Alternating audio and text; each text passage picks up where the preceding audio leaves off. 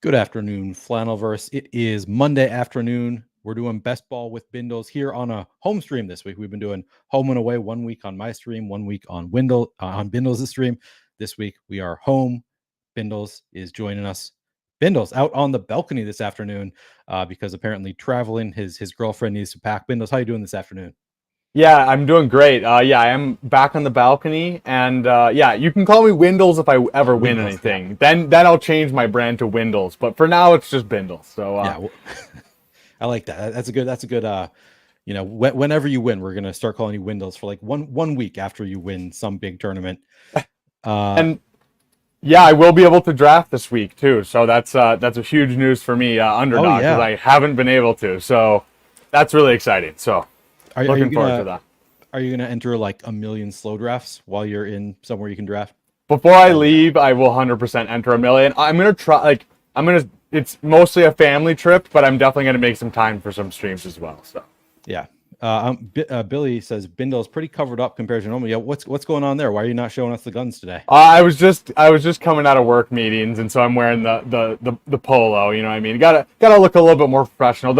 The work people can't handle these guns. You know, it's too much for them. It overwhelms them. So I'm just got to keep it PC. So that's fair. You need them to be able to focus on the work at hand, not on your muscles. That's fair. Anthony says he quit his job for this. Tyler, I don't know what you're doing over there. He said, sorry, I quoted the wrong one. Back shots for Bindles. I don't know where this came from. But that's more of a Fantasy Sanctuary stream. I think you're gonna have to have Bindles on the Fantasy Sanctuary for that kind of content. We're not doing that here. Good to have you all here. What up, Greg? I actually know how to pronounce that. Greig. I'm going to call you Greg until you correct me. Thanks for joining. Yeah, good to have you all. Too lower. Oh, he wants you a little bit more muscle showing. He wants the camera lower. Yeah. We are about to enter into a couple Best Ball Mania drafts. So if you want to draft with us, get in now. We're about to join. As soon as I find it, there we go. I don't know if you heard, but I was jokingly on Pete's stream today saying you don't have to. Neil's not going to come for you if you have two tight ends on the same bye week. He won't come show up at your door. So even though you might actually, you lied to Pete today. I mean, if you have a third one, I'm okay with it. But if you have just two tight ends with the same bye week, nope, just 2 week 12, just 2 week 12. Yeah, I know it's blasphemy. I was like. You can probably get away with it. You can probably get away with just two tight ends on the same bye week. I wouldn't do it with quarterback with tight end. I might allow it here and there. I definitely try to avoid it, but yeah, I think that's all right. Quarterback is way worse. I definitely agree. Like a 0 there when you can get a 20 or 25. Like how many tight ends? Like if you draft an 18th round tight end, it's like maybe you get a touchdown. I hope so, but yeah. Thad says get your guys. He's not worried about bye weeks. He's never worried about bye weeks. Tyler does not like my bald head. He says, "Let's keep the hat on today, Neil." He wants to see more of you. He wants to see less of me. That's fair. No, I like the bald head look. Honestly, anyone who shaves their head when they're balding, I respect so much more. I'm gonna be completely honest. Like if I ever reach that point, I'm just gonna like do it and just like you just live with it. It's just like, hey, I like it, especially with the beard. That's a great look. The beard and the bald head is like That's the goated look. So I like it, Neil. If Tyler doesn't like it, screw Tyler. He's got all that hair, like yourself. He's got all that hair. He thinks that everybody should be, I don't know if I should do implants or what he wants from me, but no, it's better look than the alternative. He wants you to take a flight to Turkey and get some implants. Yeah, we got a lot of friends in this draft with us. Alex Keaton in the 1 hole. We get the 2 hole. Feeling good about that. Nice. I'm not sure if I know the what. I don't think I know Craig Z. King of Kings makes it in with the 5 hole. The Icon in the 6 hole. We have King of Queen City in the 8 hole. Mario Solar in the 9 hole. And then we got Chris in the 12 hole. I don't know if any of you other people, I think JAF maybe sometimes comes in here. I don't think I recognize these other names, but if you are in chat, if you're drafting with us, let us know. Required by law, you have to let us know if you're drafting with us. Now that I can go to the U.S., I will hunt you down personally if you don't tell us. So. Yeah, that's right. Tyler and Yeah, totally. Women love it. I mean, you got to do what you got to do. What do you think, CeeDee Lamb? Yeah, I All can't pass that up. I was Yeah. gonna say, Neil, only one of us here is married, and it's you, so you got to be doing something right. That's true. Yeah, that's the nice thing is I don't really have to worry about it because I'm married. I mean, I guess things happen, but but I'm feeling pretty good about my situation in life right now, even with the bald head. I've accepted it. At some point, you just got to shave it off. It's a triumph when you finally. Yeah, I feel like it's got to be freeing, right? Like, yeah. Screw you, um, Tyler.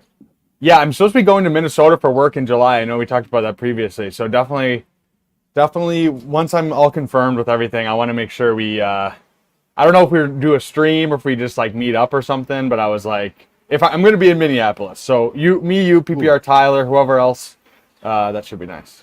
I don't travel to Minneapolis, but if you guys want to cross the river to St. Paul, Well, no, I can do that. Kidding. I'm kidding. Like almost all of my friends, not all of my friends, but a lot of my friends here live in Minneapolis. So sadly, I do have to go to Minneapolis pretty frequently. I would be willing to meet you and Tyler out at a bar in Minneapolis. Yeah, that'd be a lot of fun. I don't think we did talk about that previously. At least I don't remember talking about that.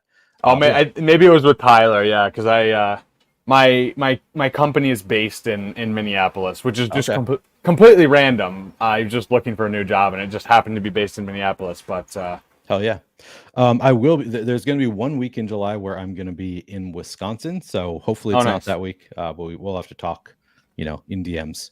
Nice. You go Wisconsin Dells? Where are you going in Wisconsin? That's actually I did go to Wisconsin Dells for my bachelor party. It was a ton of fun. But no, we are going to Door County, which I've never. Oh, Door County. I've heard of it. I've never been there, but I've heard good things. Yeah, me too. My mom actually rented out a house for like the whole family. Just said, hey, anybody who can make it, come out to this house in Door County in July, and about half the family is going. My wife and I are going to make it, so it should be a good time. Good to spend time with the the young nieces and nephews while they're still young and cute. Yeah, catch up on the lingo, the Gen Z lingo, so you can use it on. They're not stream. Gen Z. These are like 2 to 4 year olds. Yeah, these are little kids. Sadly, the teenagers aren't going to make it. They're the ones who are skipping this trip. I was going to say you could have came back with a whole Rolodex of Gen Z lingo that you could pull out on stream, but yeah, it's just going to be goo goos and gagas, that's probably better, right? But it's more fun. Yeah. I do love my teenage nieces and nephews also, but this will be fun with the young ones, and I'll get more of their attention because the teenagers aren't there. Normally they would just spend all the time with their cousins, but they're not going to be there. Nice, best of both worlds. I was going to say I feel like the teenagers would just be on TikTok anyways. Let's be real. True, yeah. Which that's a world I don't understand. Me either. Or Snapchat. Is TikTok more than Snapchat these days? You know what? I'm not on Snapchat anymore, but I was for a long time. I think TikTok is the big one, but I think Snapchat is still makes the rounds, I think. Yeah, I don't use either of them.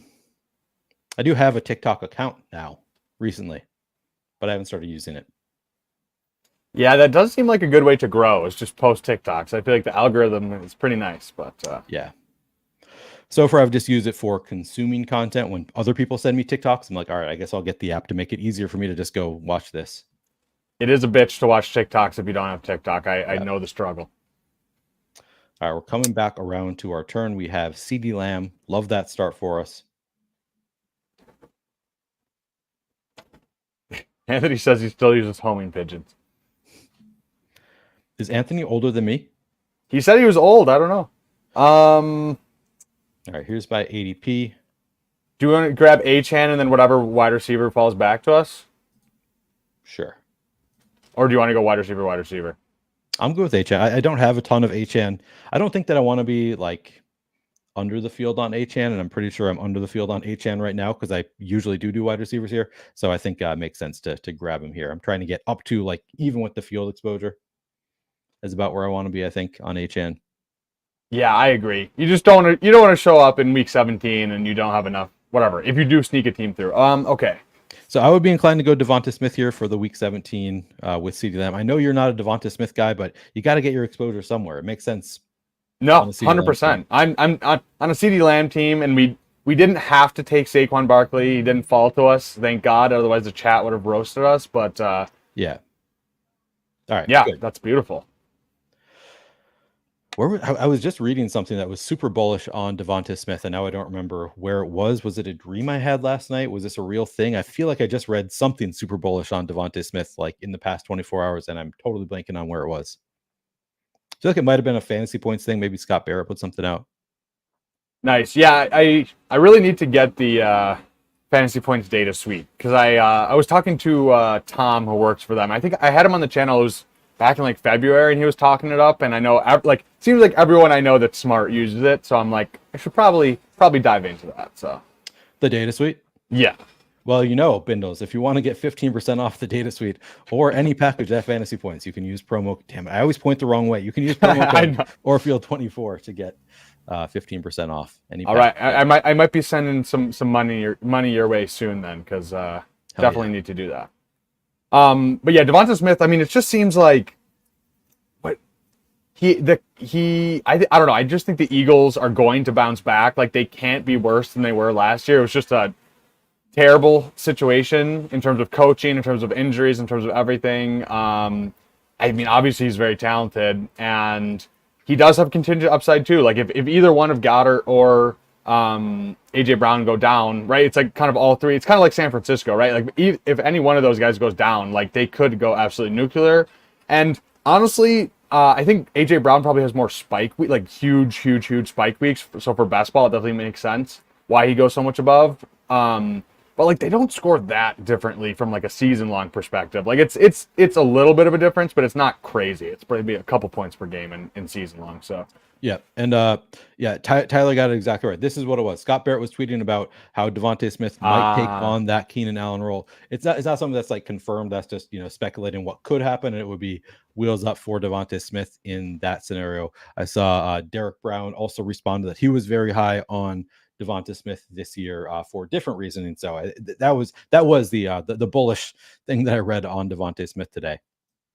Nice. So, no, that would be beautiful. Him in the slot seems like it would play out very well. Yeah, I really liked your late night impromptu stream. Was it Friday night or Saturday night? I forget which one it was. Friday night. Yeah, it was Friday night. We went like 11 p.m. my time, something crazy like that.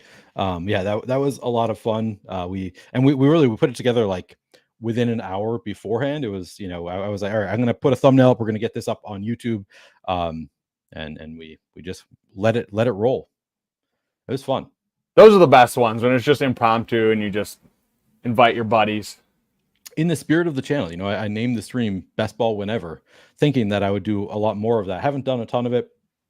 I'm actually I've been moving in the other direction. You may have noticed I'm putting out schedules lately, trying to get things scheduled out. I was like, damn, Neil is, and I saw too on YouTube, like all the things are already up on like yesterday. And I was like, wow, this is impressive. Thank you. Makes my life a little bit less stressful during the week also, just to have these things all like set up so I don't have to be making thumbnails every night. Just get them done on Sundays. Felt good. Yeah, that's probably the way to do it, especially on Sunday. I feel like I literally never do anything on Sunday, so yeah. Better use of your time during the week too. King of Queen City. Looks like we are going to be. Oh no, we're not. Never mind. I was thinking we had Tyreek Hill for a second. No, he goes AJ Brown. He gets Jalen Hurts. Obviously, was hoping that he would fall back to us, but can't blame him for taking. I was going to say the AJ Brown drafter takes him almost every time. I saw somebody recently get. I think it was posted in the Discord, a draft where Jalen Hurts went at 48, and I was super jealous of that. Got Devonta Smith here, Jalen Hurts at 48. It's just such a beautiful draft. No such luck here. We have Achan. That's what I was thinking. Yeah, we have similar teams to start. Yeah, I love me some Achan. All right. Let's see. Oh man, this is a weird spot. This is a weird spot. Do we? Keenan Allen, Jaden Reed, Calvin Ridley. Yeah, I feel like Keenan. I don't know. I think it was Sean Siegel today was talking about how like Keenan Allen, we could just look back and just be like, why were we drafting the guy that scored 20 points per game last year in the 5th round? Like, I get it. Tom is super into him too. Tom Strachan. Yeah, I mean, I understand the downside risk 100%. He's 32 and he seems to get injured like at the end of the year, the last couple of years. But it's like, if we think Caleb is who he is, then like Keenan Allen should smash. Like I like all of them, and it's best ball, right? You don't have to worry about which one to start each week. So yeah, maybe Rome comes on more towards the end of the season and something happens with Keenan, but I think it's a perfectly fine, especially at this cost. Like if he wouldn't have been injured at the end of the year last year too, I think that could affect people's mindset too, and he could be going a lot higher. Okay, so we are back up on the clock here. Sort of regretting that we went Devin HN now, because this does appear to be a piss boy room. Like there's just so many great. We could go Jaden Reed. I'd be fine with that. I don't do. Yeah, let's go Jaden Reed. I don't get a ton of Jaden Reed, and I don't want to be just completely out on him. I think we've talked about it before. Obviously, we know we are a content creator, so we do love Dontavian Wicks, of course.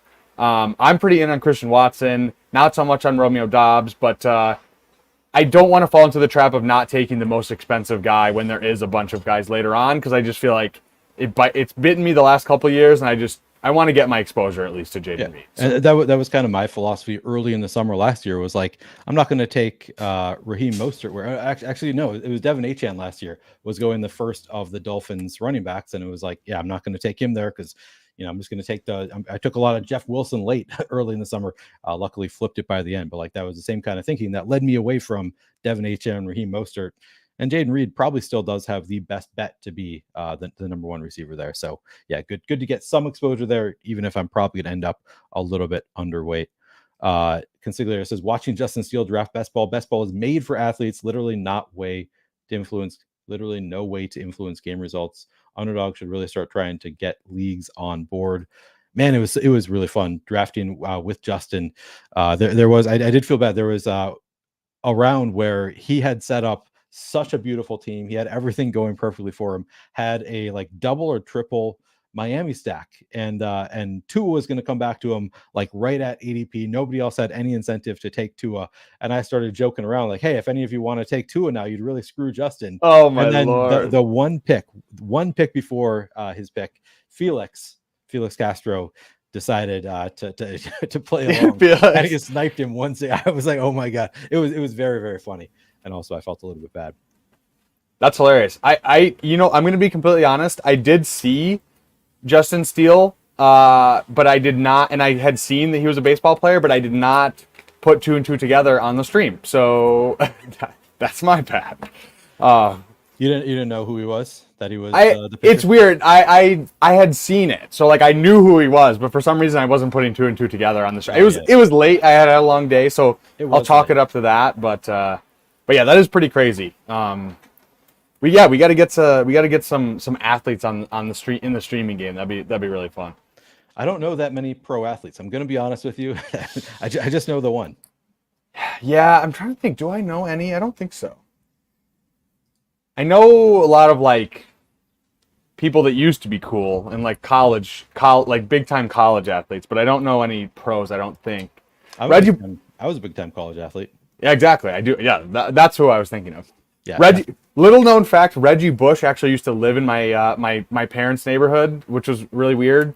He was dating a lady that looked exactly like Kim K. This was after like him and Kim K had broken up, and like I swear to God, it was like spitting image, the exact same person. He drove a big like lifted like F-350. So yeah, but I don't have any current ins. Yeah, I just know Justin. Pretty good athlete to know. Yeah, but can't have others on the stream, sadly. Tom, we got your guy, Keenan Allen. So, Tom, how high are you on Keenan Allen? As I recall, when we drafted, you were higher on Keenan Allen than DJ Moore. If that's correct, let us know. I think for best ball, I like prefer DJ Moore just because I think he just has like nuclear upside in a given week. But like whatever. We're not playing redraft. I keep talking redraft, but it's like if you just ask me who's going to score more points like season long, I wouldn't like be opposed to just taking Keenan Allen straight up against DJ Moore. But that's not the game we're playing. So yeah. Did you see Pete had his newsletter today. He was talking about like just how much redraft and best ball are divulging or whatever, just get going away from each other, because it's so crazy. Like I'm gonna be so interested once it comes to like August and like we get some new meat in the streams, like what the discourse will be in the chat. I feel like it'll be very interesting. Yeah, I just had some of my IRL friends seem to be discovering best ball, and in one of the group chats, one of the guys who just started playing last week was starting to ask about, like, the difference. I mean, the conversation was around how by the time we do our league in August, he was saying by then Neil has done like hundreds of drafts already. It's really unfair for. And then one of the other guys was like, well, I think it's pretty different, best ball versus redraft, and we had a whole conversation about the differences. But yeah, there are certainly some pretty big differences in best ball. Not in every spot really, but in a lot of spots. Some solid options here. We don't have a tight end. I don't know if we need a tight end yet. But we could. I mean, Deontay Johnson right there. I know he's your guy. We already have Jaden Reed. We could throw Christian Watson on for the stack. I don't know. What do you think? I kind of feel like we go tight end, either Engram or Kittle. Let's go Kittle. I feel like Kittle is kind of undervalued right now. All right, and then we have some good options coming back to us. Yeah, that's a fallen Kittle for us, so I'm happy with that. Yeah, and there's always like I was talking about earlier, like there's always contingent upside with him too. Like, and apparently he was injured last year as well. So like he put up 1,100 yards as a tight end. I feel like he's always injured because he's kind of a grinder blocking type guy. He's gonna play through everything. So he's always injured, but that is still pretty impressive. He has a really good connection with Brock Purdy. Like even 2 years ago when Purdy did come in. Okay, so we are back up on the clock. Don't hate David Montgomery. Don't hate taking Evan Ingram. Just get both our tight ends out of the way. They do pair well together, Kittle and Ingram, I'd say. We could. I don't know how you feel about Jordan Addison. We could go that for the week 17 with Green Bay. Do you want to do that? Yeah.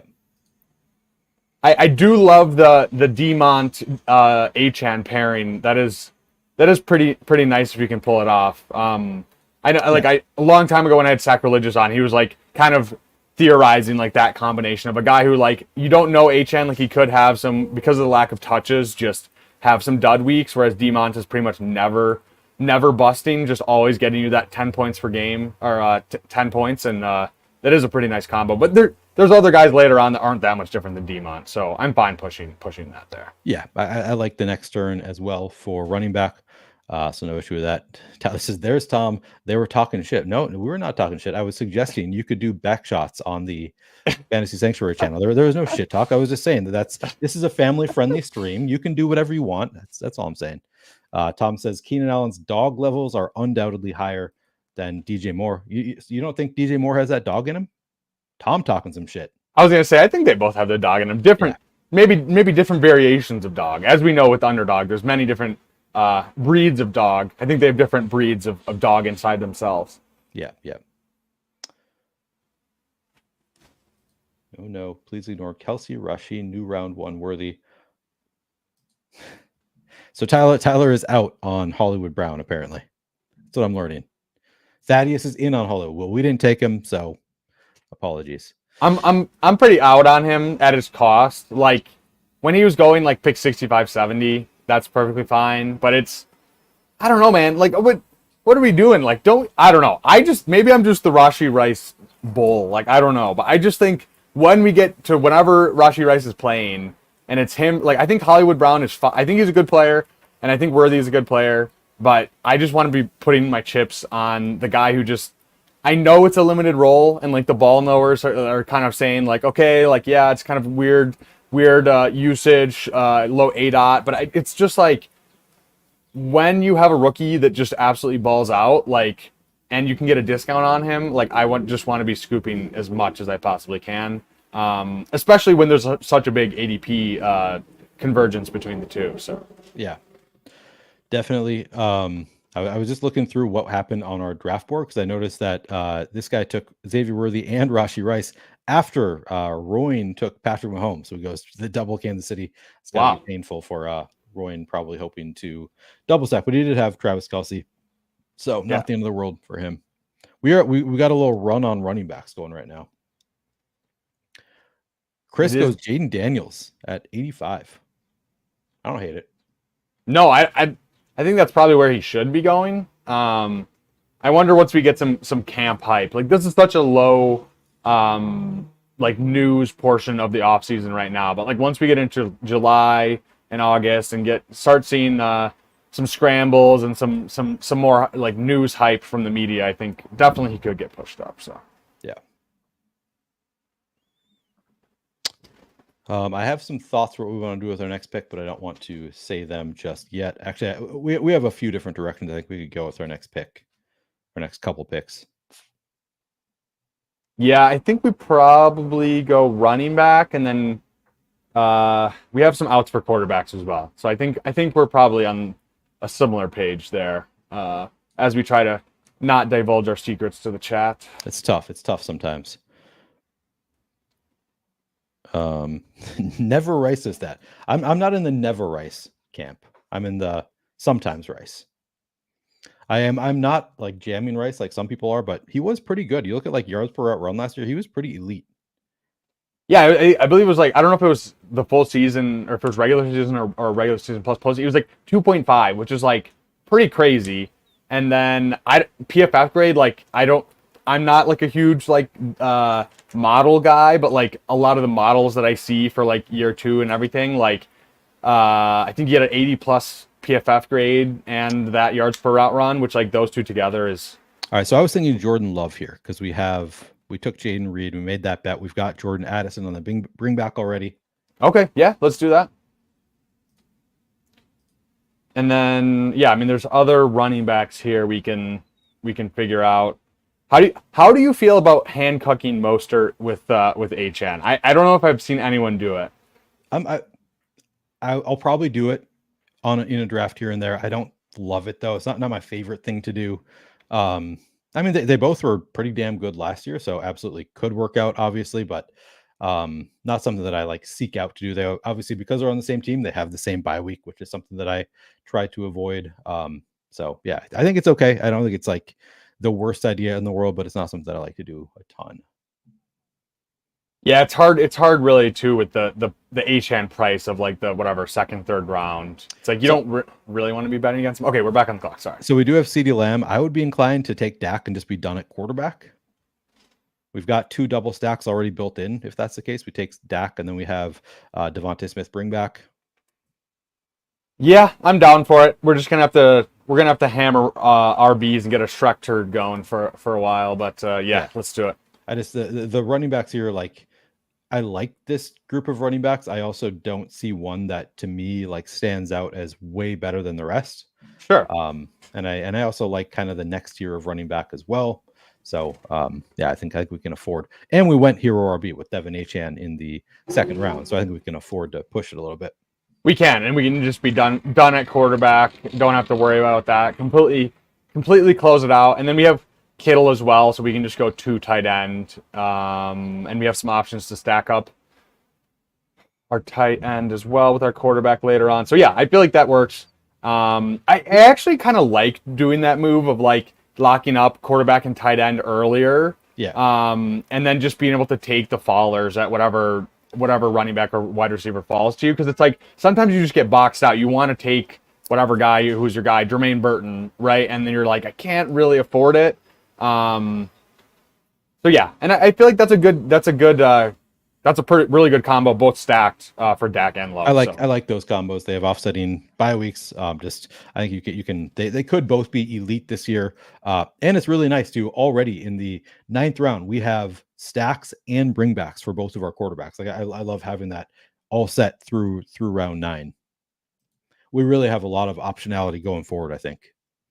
Man, there's fighting in the fantasy sanctuary streets. Tyler says, my issue with Keenan is not only crowded room with rookie quarterback attached to Waldron, but not money on his contract after this year. You guys are fighting. Tyler and Tom fighting. Hopefully you can work it out on your stream. I think they have a stream going on tonight. Tonight with Steph Miller. Yeah, Steph Miller. That's right. I was gonna say, Mom and Dad, please calm down. You're making me sad. I think I took Johnny Wilson in a round 20 DraftKings draft recently. I don't think I've taken him in the 18 round recently, but I think he's a fine pick. Oh, now we're gonna have to fight against the Fantasy Sanctuary. It sounds like. All right, we'll have to do. We've talked about doing a stream, like double stream where we stream at the same time. Maybe someday we'll do that. I'm 100% down for that. That'd be fun.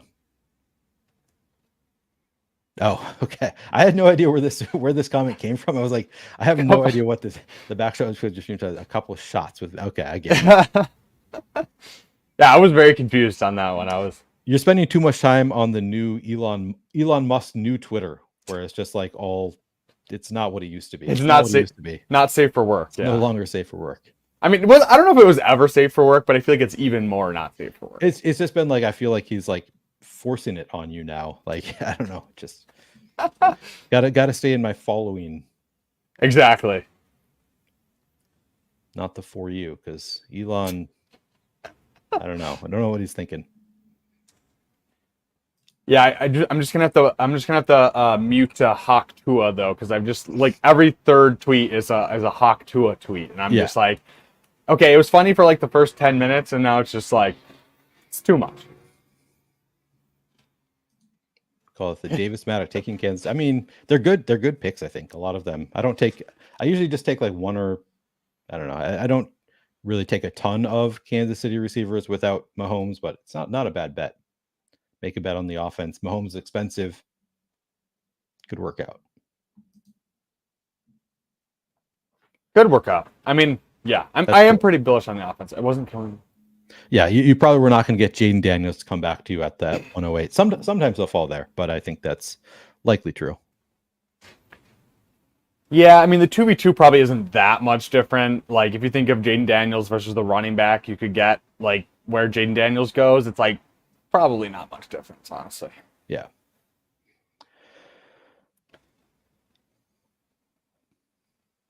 All right. So our next pick is 119 and 122. We are in need of at least one running back here. Yeah, I think we have some stuff that could play out pretty well.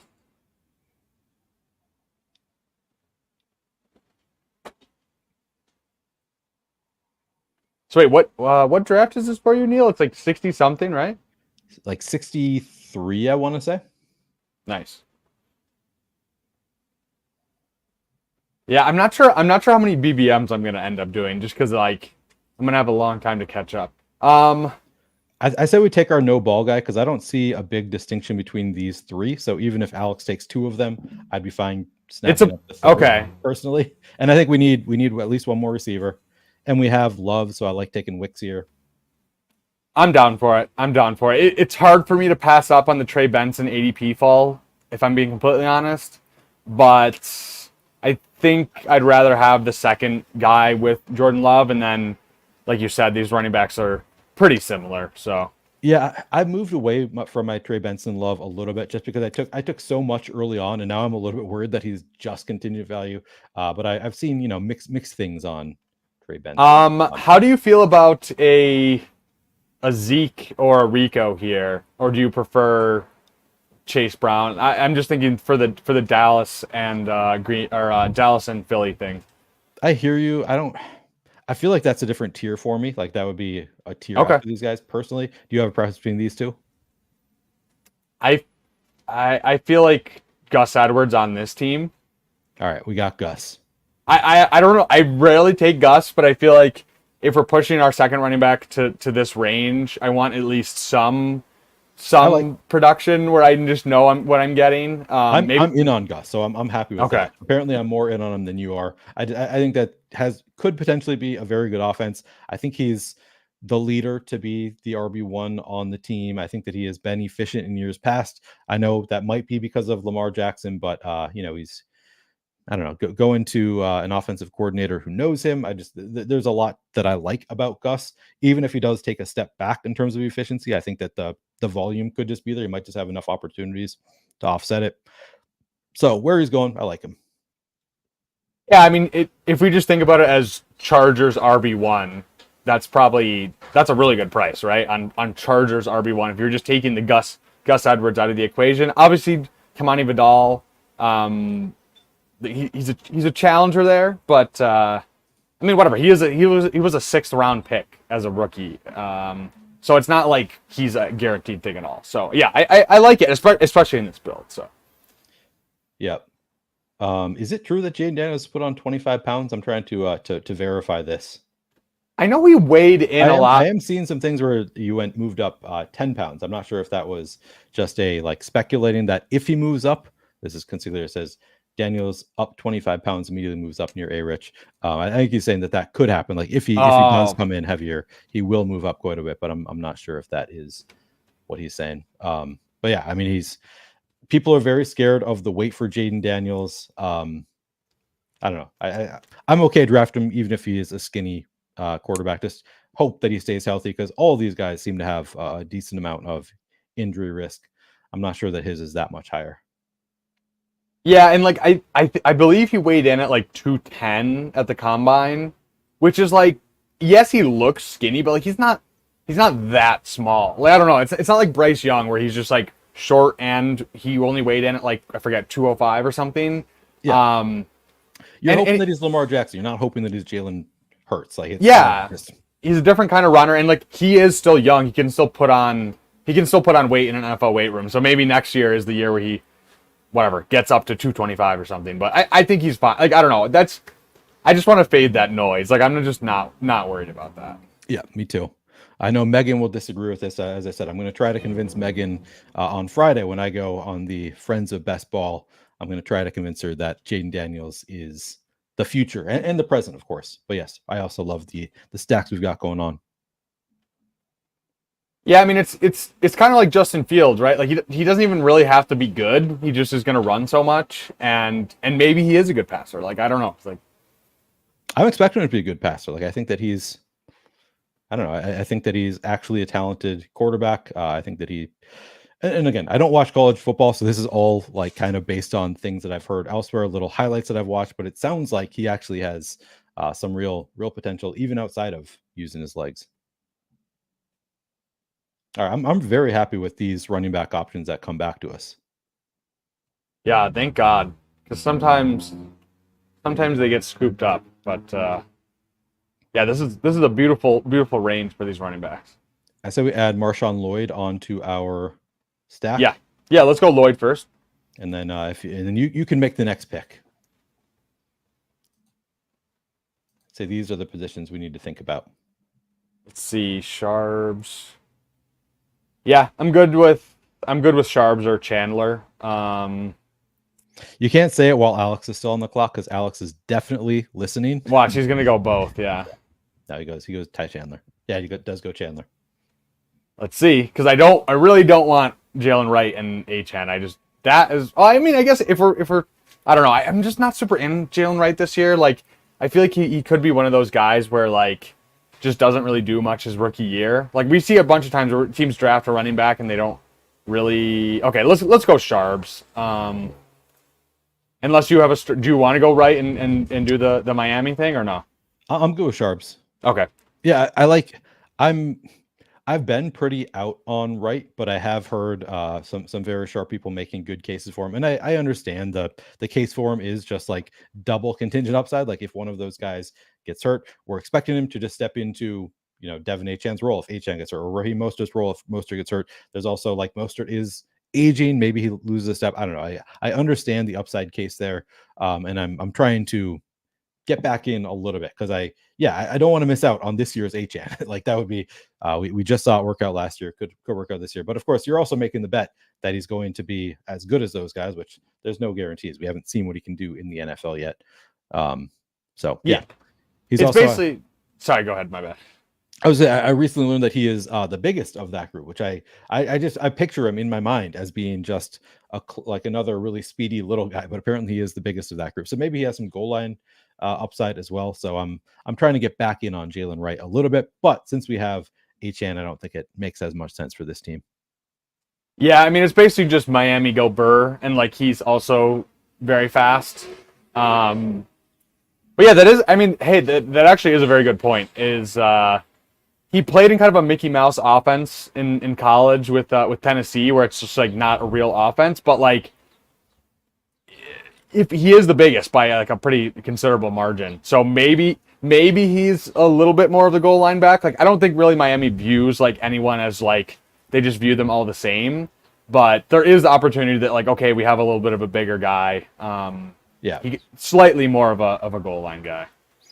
This was a 10 minutes ago comment, but I realized that the what is in our draft, and he just got Jalen Wright. So congrats on your Jalen Wright share.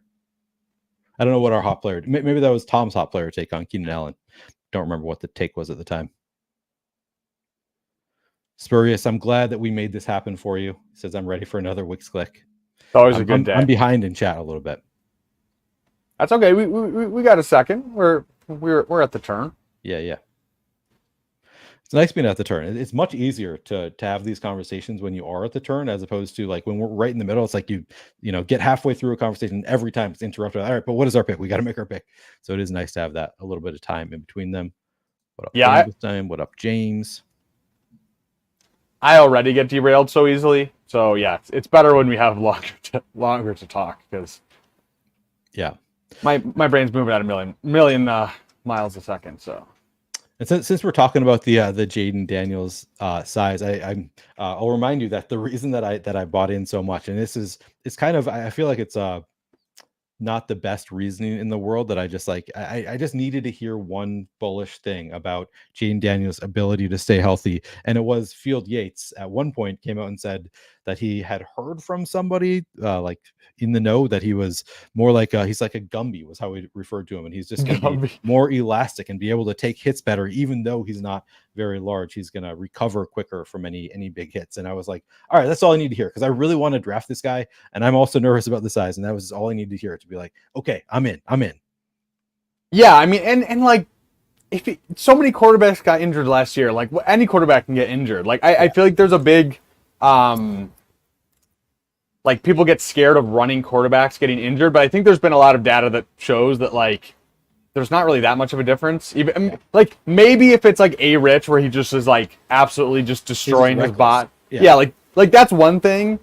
And maybe Jalen Hurts just because he is like also kind of reckless and just running over people. But like outside of those two, like I don't really think there's anybody that's like more injury prone than another quarterback. Like or at least I don't want to think about it that way. So yeah. Yep. There definitely is like levels to the risk, but we haven't seen him get hurt in the pros yet. So I don't know that we don't need to be making the assumption that he's going to get hurt right away just because he's running. And like we've been taking the sexy Konami code run quarterback like way higher than this. So I just, if that's the only thing pushing him down, like I guess I'll start spreading some FUD, some Jaden Daniels injury FUD on the timeline, but I will be drafting him. Did Luke Musgrave get taken like super early? All right, he did apparently. Shit, I was gonna say that was. We could go another running back here. We could go Antonio Gibson. I'd be fine with that. Yeah, let's go Gibson. Conklin. Let's go Gibson first. Yeah. Because I really like Gibson. I know they re-signed Ramondre, but it doesn't really change anything for me. It's the same bet. Luke Musgrave went at 130. Damn, there's a wow. little bit of a run on tight ends there. Glad that we got Kittle. Yeah. How many wide receivers do we have so far? Is it 6 or 7? We have 6 receivers. Yeah. So we are at 2, 5, 6, 1. Jordan Love, Dak Prescott at quarterback. At running back, we have Devin Achane, Gus Edwards, Marshawn Lloyd, Zach Charbonnet, Antonio Gibson. At wide receiver, CeeDee Lamb, Devonta Smith, Keenan Allen, Jaden Reed, Jordan Addison, Dontavian Wixon. At tight end, George Kittle. So we could throw on another wide receiver or tight end, or I mean, if whatever position. Probably not a quarterback. I think we're probably good at quarterback. I like me some Herbert. Bucky Irving seems good at this pick. Otherwise, I'd be fine with. Is Roman Wilson still there? He is. You want to go Roman? I just feel like wide receiver gets really gross, whereas running back, I feel like we can. You seem not into it. So why don't we do Bucky? I'd go Roman over Bucky. I do like Roman better than. I was more. I'm not sure I agree with you that running back looks good in the next round. I feel like running back late to me. Yeah, I think you're gross. You're actually I think that's very fair. Yeah, I think it was just hard because like Roman Wilson, I feel like I have a blind spot to him, so I wanted to bring him up just as like seems like I if like we have, Roman. I mean, we get him 12 picks past ADP. I think that was a good pick. I was gonna say like we only have 6, so it's not like we have 7 and we're just like kind of we're still at the point where it's not at diminishing returns for wide receiver. We get the ADP discount, and then yeah, I do agree though. You're right. The running backs do fall off. That actually is I was wrong with my assumption. After those, I think like after Bucky and Khalil, it's like kind of gross. Yeah, but there's some that are like I could see it, but there's nobody that I feel very confident in the last rounds at running back. But that's also true of wide receiver. Like there aren't Demarcus Robinson was already off the board. Like he's one of my more like comfy clicks in the late rounds. It's not pretty late, which is leading me more towards some builds where I go like tight end quarterback late, because I think I feel better about them late than I don't know. It gets ugly.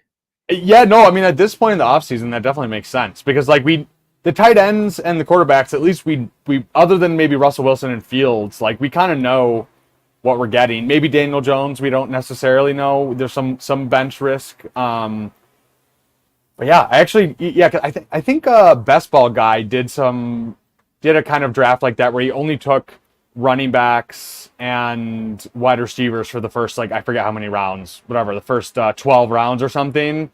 And then he just finished off with 3 and 3 at the end as a thought experiment. But yeah, I don't hate it, especially this time of year. Probably not once we get to August, but it does kind of lower your risk for the later picks and kind of give you some more stability early on. So yeah, that's actually a good point. I might have to play around with that concept. It's honestly, I say it, and it's not something that I do a ton of. Yeah, I like building in. We've talked about this. I like building in for some optionality to be able to just like take whoever you want later on to take falling values. So like that kind of build, if you take just wide receivers and running backs for the first 12 rounds, like you're kind of forced to take quarterbacks and tight ends for the last 6. So I don't totally love that idea unless that's what the room is giving you. And if that's what the room is giving you, then sure.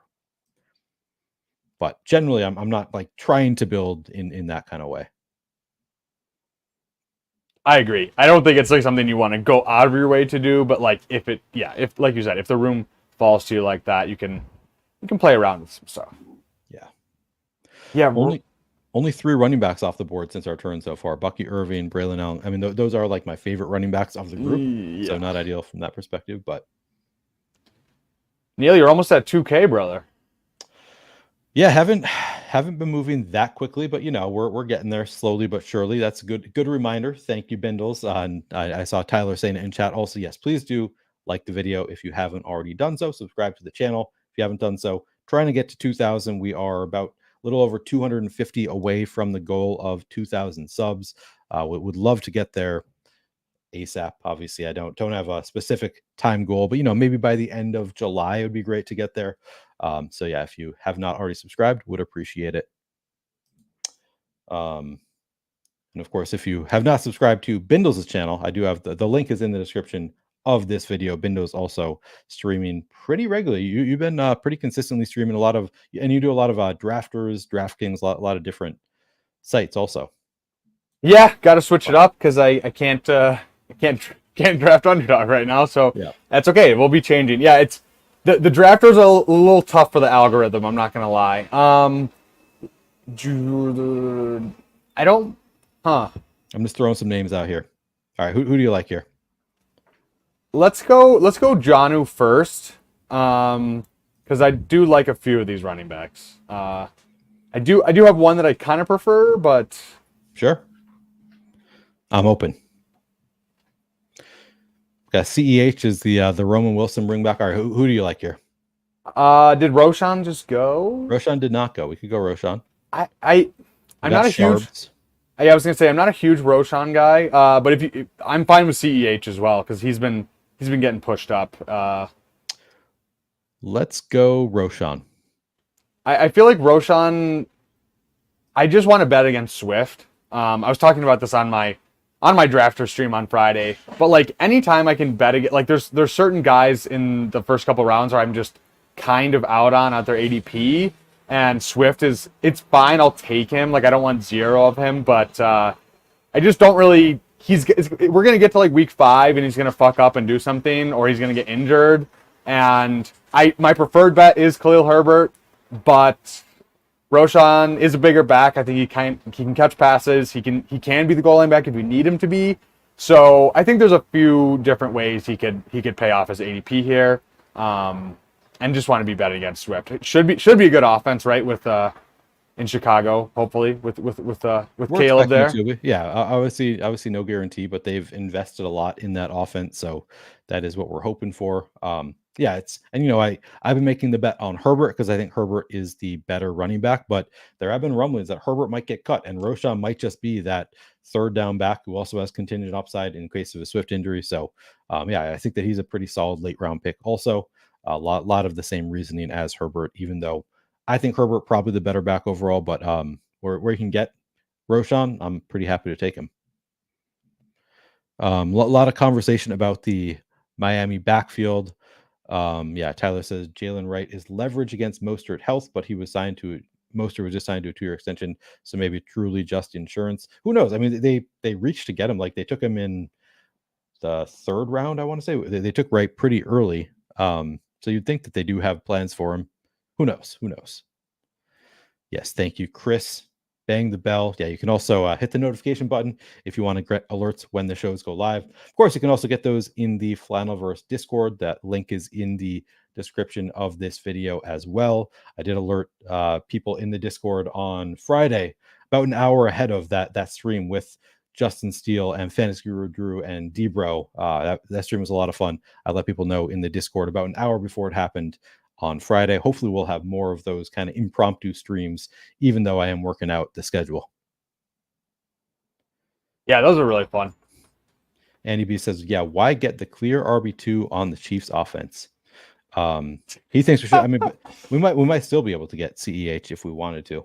I was going to say, that's pretty ahead of ADP, right? I don't know what his ADP has steamed up to, but it's yeah. He was going like 18th round for a while, but now he goes immediately when we talk about him. Of course. Yeah. I mean, I take him some. He's a clear RB2 for now. Who knows if he will be by the time we get to the season. I'm assuming that he will be. I'm drafting him a good amount in the late rounds, but we still have some time. Thad says never CEH. So there you go. There's the other argument. That is he's nothing but consistent. Yeah. If not consistent. He's got his player takes. Got to get him out. I appreciate it. Balcony bro, that's right. How's the sun there?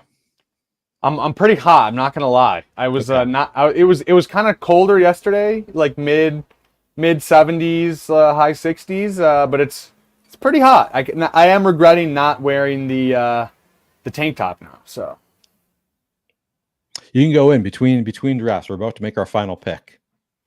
I might have to do that. Let's see. Yeah, holy shit, it's on. So we are at 2-6-7-2. Jordan Love, Dak Prescott at quarterback. At running back, Devin Achane, Gus Edwards, Marshawn Lloyd, Zach Charbonnet, Antonio Gibson, Roshan Johnson. At wide receiver, CeeDee Lamb, Devonta Smith, Keenan Allen, Jaden Reed, Jordan Addison, Dontavian Wicks, Roman Wilson. And at tight end, George Kittle and Jonnu Smith. I think that we have the right positions up here. I think those are our best bets here. Yeah, I think we definitely had one more running back. And then... Well, we only have one more pick. So are you okay with just George Kittle and Jonnu Smith at tight end? Yeah. Might be all right.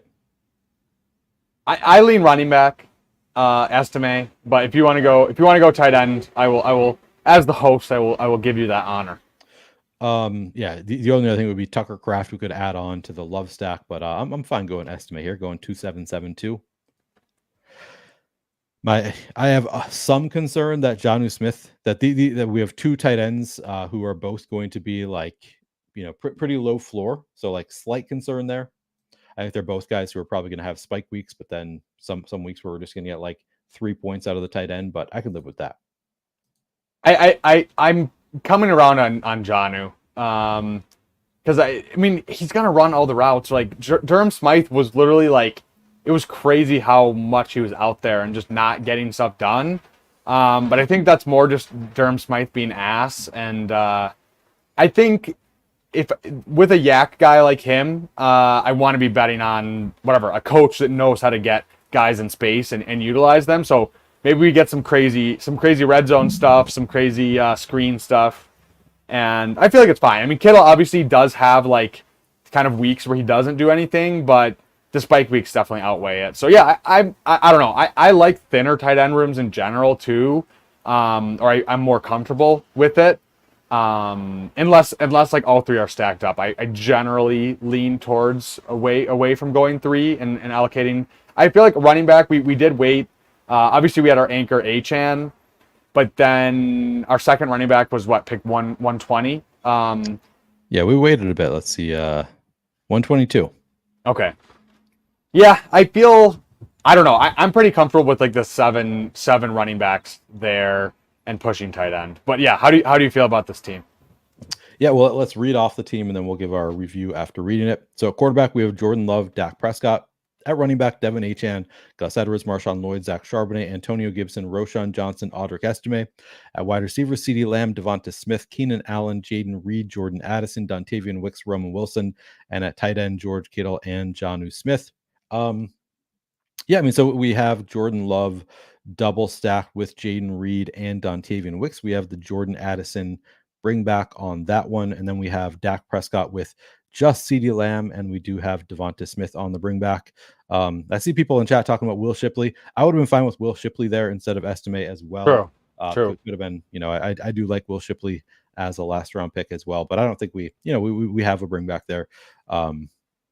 Yeah, I don't know if I agree with you about liking thin tight end rooms. Like I understand they don't score that many points. But I just, at some point, to me, it becomes about, again, and I talk about this a lot, barrier to entry and just going two tight ends.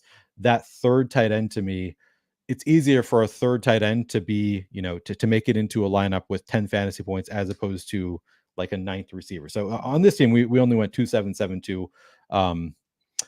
But there's just when you only have two tight ends ahead of them, to me, it's easy for a third tight end to have a spike week here and there where they actually matter, to add points to your team. Whereas sometimes, and it depends on your construction, but sometimes if you're adding a ninth receiver, it's just like doesn't make any sense. The ninth receiver when if you have strong receivers at the top, sometimes I'm just always thinking about like what is the barrier to entry for this player to score fantasy points for my team this season. And a lot of the times for me, that third tight end, it's just easier for them to make it into the lineup multiple times, score some points as opposed to like a ninth receiver or a seventh running back. But I think this team can work with only two tight ends. We did spend up a bit for George Kittle, Jonnu Smith. Who knows? Maybe we'll have more of a floor than I'm thinking. This one, it feels like a little bit of a thin tight end room in terms of there'll be some really low spike weeks. So then you add on, I don't know who, we didn't have much available there, who would be, likely to score a lot of fantasy points anyway. So yeah, I think I'm okay with this. Yeah, I think it's a pretty strong team overall. Like I said, I like that we did correlate both of our quarterbacks, both on the stacks and the bringbacks within the first 9 rounds. I don't get to that very often, stacking, doing game stacks that early. I think that we played the hero RB thing right by taking HN early and then waiting for a while and throwing 7 at it. Yeah, I like this team. Yeah, I do agree with your point. So I concede to your point on the 3 tight ends for sure.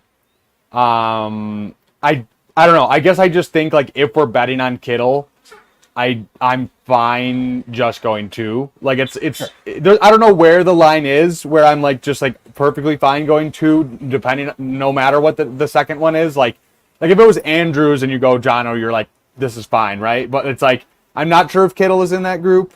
But I'll have to think about it because it feels okay. But I agree from a holistic standpoint, your point of the third tight end mattering more often than the 7th running back or the 9th wide receiver is definitely a good point. So that is the hard thing for me with Kittle is that like I know that he can be a smash But it's still like I sort of feel like I need to like take somebody with him that has some floor, just because the Kittle floor has been so low. But also Kittle has the out of like an Ayuk trade or an injury to somebody else, and suddenly he does his floor comes up quite a bit if one of those other stars gets hurt or something. So I probably need to lean into Kittle a little bit more and just like stop thinking of Kittle's floor as being 3 fantasy points and start thinking of it as like 6 when I'm drafting him. I think Kriya says the popular Kittle HN comp is apt. So yeah, you really need a Montgomery style tight end too. Yeah, that's the thing. I usually like to take, and I sort of feel like Jonnu, and we don't really know what Jonnu is going to be in Miami.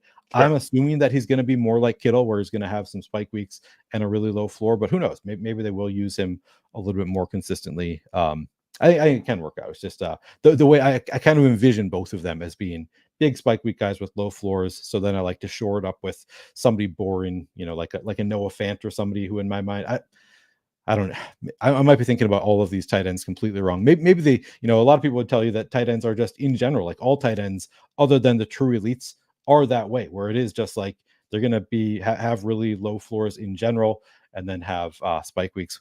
Justin, who I believe is pitching tonight, if I'm not mistaken. I'm trying to remember if that's correct. I believe Justin's pitching tonight. Good to see you here, Justin. Love to see it. But yeah, I might not be thinking about it exactly right with the tight ends, but I think just thinking of it through barrier to entry is the right way to think about it. Yeah, I mean, it definitely feels better with, like, let's say a Hunter Henry or like a Musgrave if he would have fallen to our pick in the 150s. It feels better, but I'm not sure it's that materialistically like that much different. You know what I mean? So I guess that's where I say like I like a little bit thinner tight end rooms, because it's like I feel like after maybe a certain point, I don't know where that point is, but it's just like it's a tight end. Like I don't know. That's kind of how I think about it. Yeah, absolutely. If any of you want us to take a look at your teams, let us know. We'd be happy to look at it before we jump into another draft. Justin says, "Sure am." It is hilarious to me. So I watching Justin's podcast. If you haven't checked it out, Steal the Show, great podcast that Justin is on. But he had on a guest, and I'm blanking on who the guest was. It's a retired batter. But they were talking about Justin on game days and how laid back he is on game days. And today, a day when Justin is pitching is just super laid back, not nervous about it. I'm pretty sure I get more nervous for my slow pitch softball games than Justin does for his Major League Baseball games, which is kind of insane. Very funny to me. All right. King of QC says, yes, sir. Give you a look. I will take a look at it.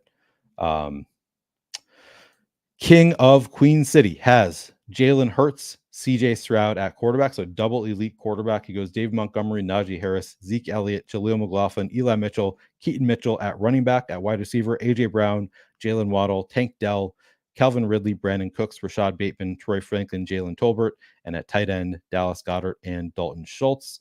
So he goes Jalen Hurts with AJ Brown and Dallas Goedert. He has CJ Stroud with Tank Dell and Dalton Schultz. He has the bring back of Jalen Tolbert for that Philly stack. He has Rashad Bateman bring back. He has Brandon Cooks bring back as well. So very, very well correlated team. Keaton Mitchell bring back, very well correlated on this team. Zeke Elliott, man, just tons of game stacks going on with that Philly, Dallas week 17, Houston, Baltimore week 17. Let's see where he looks weak, because he has Jalen Hurts, CJ Stroud. He's got to look weak somewhere. It's a zero RB team, so Dave Montgomery, but I feel like Dave Montgomery, Najee Harris, pretty good start. Zeke could be boring, but like sneakily kind of good where he goes, even though I don't draft a ton. I kind of feel like he landed the plane with the running backs, even going zero RB. Yeah, I agree. Wide receiver too. Honestly, I expected him to be super weak somewhere with those quarterbacks, but honestly, it looks pretty good. I think he landed the plane perfectly. Yeah, that's a very, very solid team. I don't know. It's like I said, it's hard for me to give an A, but it's probably B plus, A minus, right? Like around that range. And with those quarterbacks, that feels pretty nice. Not being weak at another position. So yeah. Kriya says Kittle Ferguson, Kittle Frymouth seems like the style. Yeah, don't hate that. Let's see. Jeremy says, how's the icon? Can I survive my weak wide receiver room? Let's take a look at it. I'm gonna go swap my shirt really quick. So entertain the crowd. Yep, I will read off the Icons team. The Icon has Josh Allen and Jared Goff at quarterback, Joe Mixon, Alvin Kamara, Tony Pollard, Rico Dowdle, Ray Davis, Damian Pierce at running back. At wide receiver, he has Amon-Ra St. Brown, Debo Samuel, Jamison Williams, Khalil Shakir, Quentin Johnston, Malachi Corley, Luke McCaffrey, Javon Baker. And at tight end, he has Sam Laporta and Dalton Kincaid. So mega elite tight end there. Let's see. So Josh Allen with Ray Davis and Khalil Shakir and Dalton Kincaid. That's pretty strong. He's got Jared Goff with Amon-Ra St. Brown, Jamison Williams, and Sam Laporta. So very stacked up. Does he have bringbacks? He's got the Debo bringback from San Francisco for that Detroit game. He has Malachi Corley from the Jets.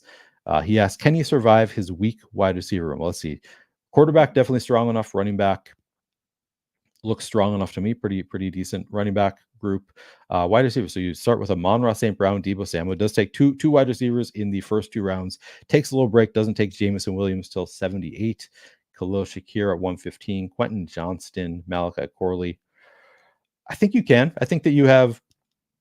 I like that you added on these 3 rookie receivers at the end, just, upside picks. You probably need one of these 3 to be pretty damn good. But that's the fun with rookies, is you can envision it. And then you get, pretty consistent production from Amon-Ra and Debo. Jamo should have some spike weeks. Khalil Shakir should have some spike weeks. Quentin Johnston, maybe. So I like the 3 rookies added on to the end of that. I think you'll end up playing pretty well. I like that team. All right. Anybody else here? Rams said injury. Rams said it was injury concern made Puka drop. I don't know what that's about. Do you know what that's about, Bindles? Oh, King of Kings. Yes, mine, please. Puka injuries? Is that what it was? What was? Was there a Puka injury? He said Rams said it was injury concern made Puka drop. Oh, I think in the NFL draft. I think that's right. Okay, gotcha. I missed something. All right. King of Kings. He says he tried something different. Let's take a look at that. King of Kings goes Trevor Lawrence, Will Levis, JJ McCarthy at quarterback. So waits a little bit on his first quarterback. Running back, he has Jonathan Taylor goes. So he's going fragile running back. Jonathan Taylor, Josh Jacobs, DeAndre Swift, James Conner. At wide receiver, he has Justin Jefferson, Stephon Diggs, Christian Kirk, DeAndre Hopkins, Josh Downs, Gabe Davis, Wan'Dale Robinson, Tyler Boyd, and at tight end, Evan Ingram, Cole Kmet, Chig Okonkwo. So he's got Trevor Lawrence with Christian Kirk and Gabe Davis and Evan Ingram. He has the bringback of Chig Okonkwo and Tyler Boyd and DeAndre Hopkins. Those are, of course, also stacked with Will Levis. So he's got that full game stack with both quarterbacks. He then has JJ McCarthy with Justin Jefferson. Just a single stack there. Does he have any Packers? No Packers bring back. Oh, he has Josh Jacobs bring back, actually, at running back. Yeah, I think that's a strong enough quarterback room since you go 3 there. Running back, I feel like that's a pretty strong, fragile running back build. They all have different bye weeks. I like that. If you're only going 4 running backs, having all 4 of them have different bye weeks, I think that's a strong core of running backs. Wide receivers, pretty strong. I like it. I think it's a unique build, but I actually think looks pretty good to me. What do you think, Bindles? Is Bindles here? Yeah, it seems pretty strong. Yeah, I like those 3 quarterbacks. Yeah, I feel like this is pretty well balanced overall. Probably not as strong as the last one I don't know if you went on one when I was gone, but it was, I'd say it's probably like B plus. Definitely. B plus. I think it's strong. Yeah, I think B plus. Yeah, I don't have any complaints about it. I think that you did a good job, and I like those stacked quarterbacks. So. Spurious News wants to know, did you take your shirt off? It is so bright there that you literally cannot see the tank top. Sorry, top. It's bright as hell out here. Yeah. He also says, nice traps. What is that? Is that this muscle? Traps? Yeah, like the neck. Yeah, this one, the back of your neck. Yeah. Yeah. It's a good one. If you're sitting in a chair all day, you need, bulky traps there. Exactly. The one stream you needed the sunglasses. About time. Yeah. I was gonna say it's for it. Finally, I'm not just doing it for show. Tyler laughing at me for not knowing. Listen, bro, some of us born with muscle. We don't need to be like researching how to get strong traps. I just have the traps. Okay, Tyler? All right. We're going to jump into another stream here. Sorry, another draft. So if you want to join, get into Best Ball Mania with us. And we are almost full. Oh, yeah. Oh, never mind. What just happened? Now I went from I thought we were almost full, and it turns out we were the first in this room. So I don't know what happened there. It's got to be a glitch, right? You're probably right at the border of being the last one in. Yeah, I guess so. So we got a little minute. If any of you want to join this draft with us, we just had several people with us in the last draft. So I know some of you are watching who are ready to draft. Let's get into how is the puppy looking? Oh man, it was almost full. I want something to be able to draft when I'm not on stream. Yeah, you got to scratch that itch. Come on. Yeah, come join us. The what? Lost the dice roll to get into that last draft. Is that what you're saying? We must have. Yeah. We didn't pray to the big underdog gods enough to get into that last one. Apparently. But this is the one you want to be in. This is going to be a super dull room. Not a lot of sharps in this one. That's what I'm predicting. We're going to get people who are watching this stream. All these dummies. Tyler, but Tyler says he's not going to jump in. Damn it. I was hoping we could get Tyler. We'd be able to, push our Josh Palmer a little bit. Actually, Tyler has said he's more in on Josh Palmer than he once was. He's capitulated slightly. Yeah. Looks like Bindles, you're not going to be able to make it through this draft. You're going to have to drop out at some point. Yeah, I got a freaking meeting put on my schedule, and that is the problem of working from home, is that you never know when something's going to pop up. That's fine. But yeah, we thankfully I'm doing the draft. I was going to say we got 30 minutes, so that should be most of it, right? Yeah. Any reason to fade QJ is a reason to draft Palmer. How out on QJ are you, Bindles? Fully out. I'm not fully out. I think I'm less bearish on, like, I'm not bullish, I would say, on Quentin Johnston, but I am like, it is a pretty wide open wide receiver room. He was, somebody that we had some hype coming into last year. I don't know. I'll take some shots on QJ just because of the opportunity. What's really, really, really, really weird is I think I was listening to, forgot who I was listening to, but they were talking about QJ, and I was like pulling into my garage of my building, and I was thinking about QJ. I was like, should I? Because I feel like because of Dynasty, I just completely wanted to fire sale, sell off all my shares, as soon as I could, and so I feel like mentally I'm just checked out from Quentin Johnston. So I'm like, I was like, okay, I need to reevaluate. Should I be drafting Quentin Johnston? And I just went back to, he had opportunity last year. He did. He also had Mike Williams and Keenan Allen there. I know they both missed time, but he was also a rookie. I don't know. I feel like for me personally, we see so many rookies that do come out and just absolutely smash. And I'm not saying QJ couldn't come back in the second year and do it. It's usually a bad sign. It's usually a bad sign if you have opportunities and you don't do well. It is. So yeah, I hear you. I'm not in on QJ, but I'm not as out as everybody. Just because sometimes you do see players, do a little bit better the second year. That's probably the more prudent approach. Yeah. Got to drop out 10 till to go to work myself, and then I see him in this draft with us. So he's going to work, but he is still in the draft with us. Love it. Multitasking. Or maybe he forgot that he entered. Jeremy in the 2-hole here. We've got the what in the 3-hole. We are in the 4-hole. So pretty good for us getting early picks today. I feel like I might know Bez. Is that Ben? I think he's in the chat sometimes. Chris makes it into the 7-hole. And then Huhames in the 12-hole. Anybody else, if you're drafting with us, let us know. Reveal yourself or else. Reveal yourself. Cop. This is, you can squint and see the theoretical bounce back for QJ, but when it inevitably doesn't happen, end of 24, you're going to feel, that is true. It's going to feel like, yeah, that's right, Ben, that is you. Okay. I was thinking, sounded familiar. in the 5 hole. Ooh, I don't hate Jamar Chase here. You could convince me to take my guy Justin Jefferson. I'm not going to fight you on that. Up to you. Who do you like to start this one? I mean, I prefer Jefferson, but have you been not getting as much Chase? I'm fine going Chase just to switch it up. I do have a lot more Jefferson. Okay, let's go Chase. Let's live a little. Yeah. Is it really living a little when you take the guy who is top of the list by ADP? It is for me because I feel like I just always want to take Justin Jefferson, but I think it's so much due to just like recency bias with like Burrow being injured last year. And Chase was injured for a part. And Chase was injured last. Yeah, like Chase is fucking sick as hell. Like I don't know, he's probably not as good as Jefferson, but like they're neck and neck. To me, I don't know. Like I think whatever. I think probably Jefferson's better, but I don't think it's by that much. It is. And Jefferson's way better, but Burrow is an established like future Hall of Famer quarterback. Yeah, yeah.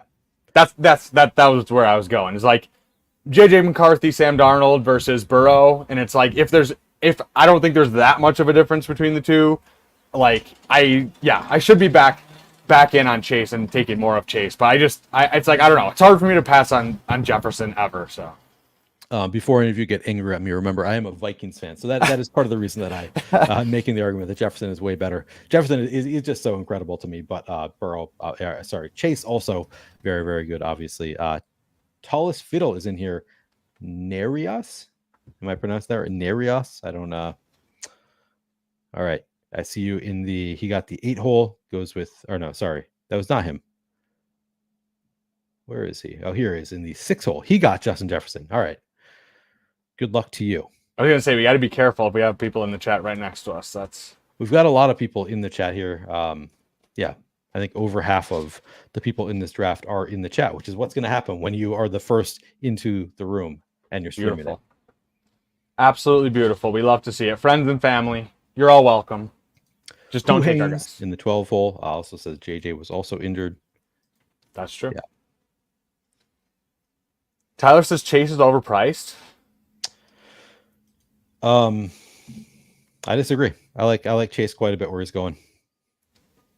I mean, maybe you can make the case for Jefferson or Amon-Ra or Brees or Bijan. Like I can, but like what is it? A couple picks? Like we're splitting hairs. Like I don't know. I don't think it's that much of a difference.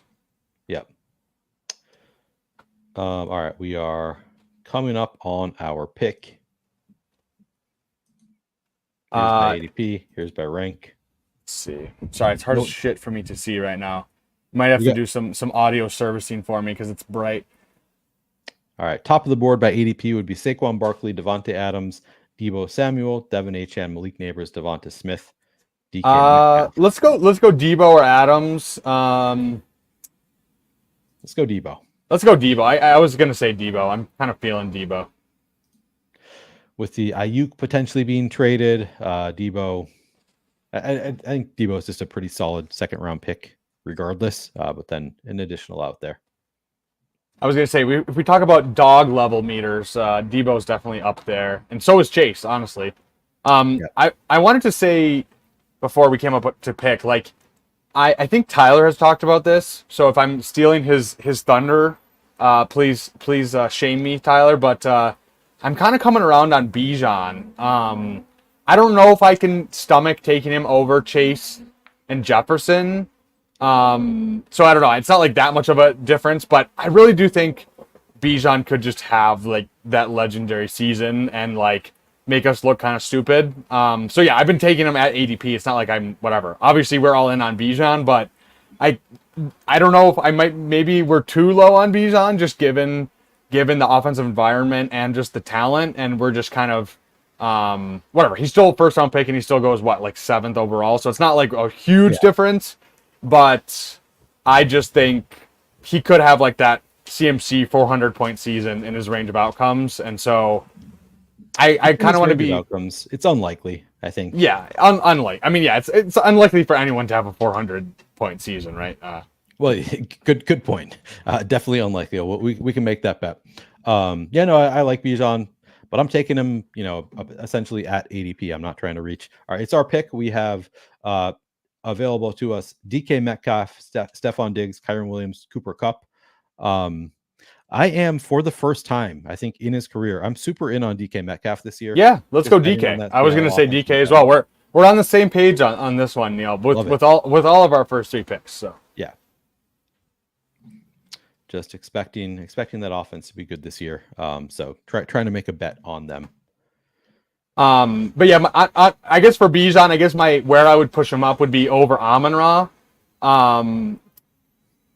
I just think, yeah, like I think where I came to was I think I would take him over Amon-Ra, but then it's like you don't want to get 0 Amon-Ra as well. So I don't know, like whatever, but I definitely think I want to be overweight Bijan by a significant margin if I can, depending on how the ADP landscape falls.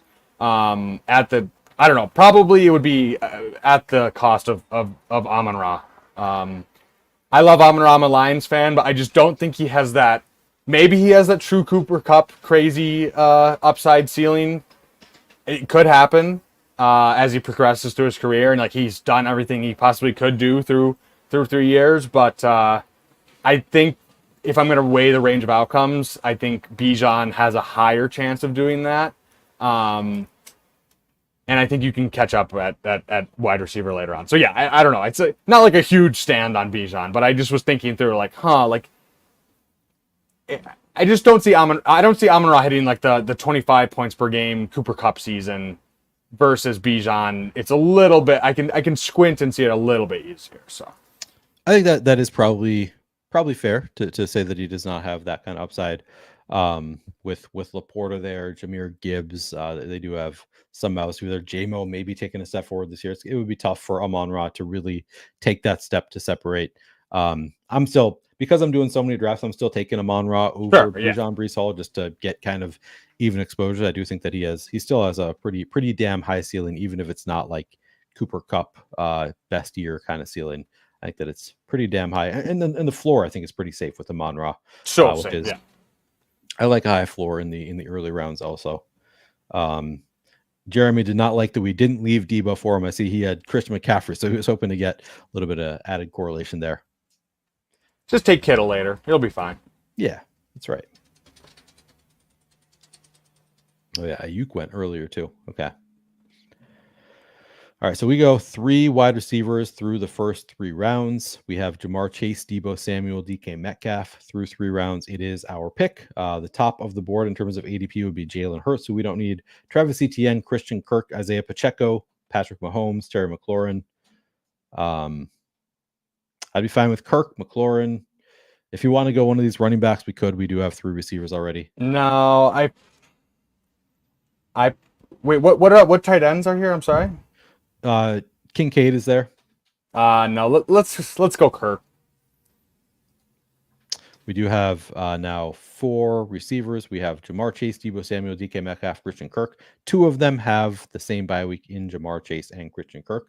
I would be disinclined then to take both Burrow and Trevor Lawrence, but not concerned with having just two receivers with the same bye week. Yeah, let's see if we can get a tight end coming back around here. Because we had those three elite tight ends all went right before us. All in the chat here.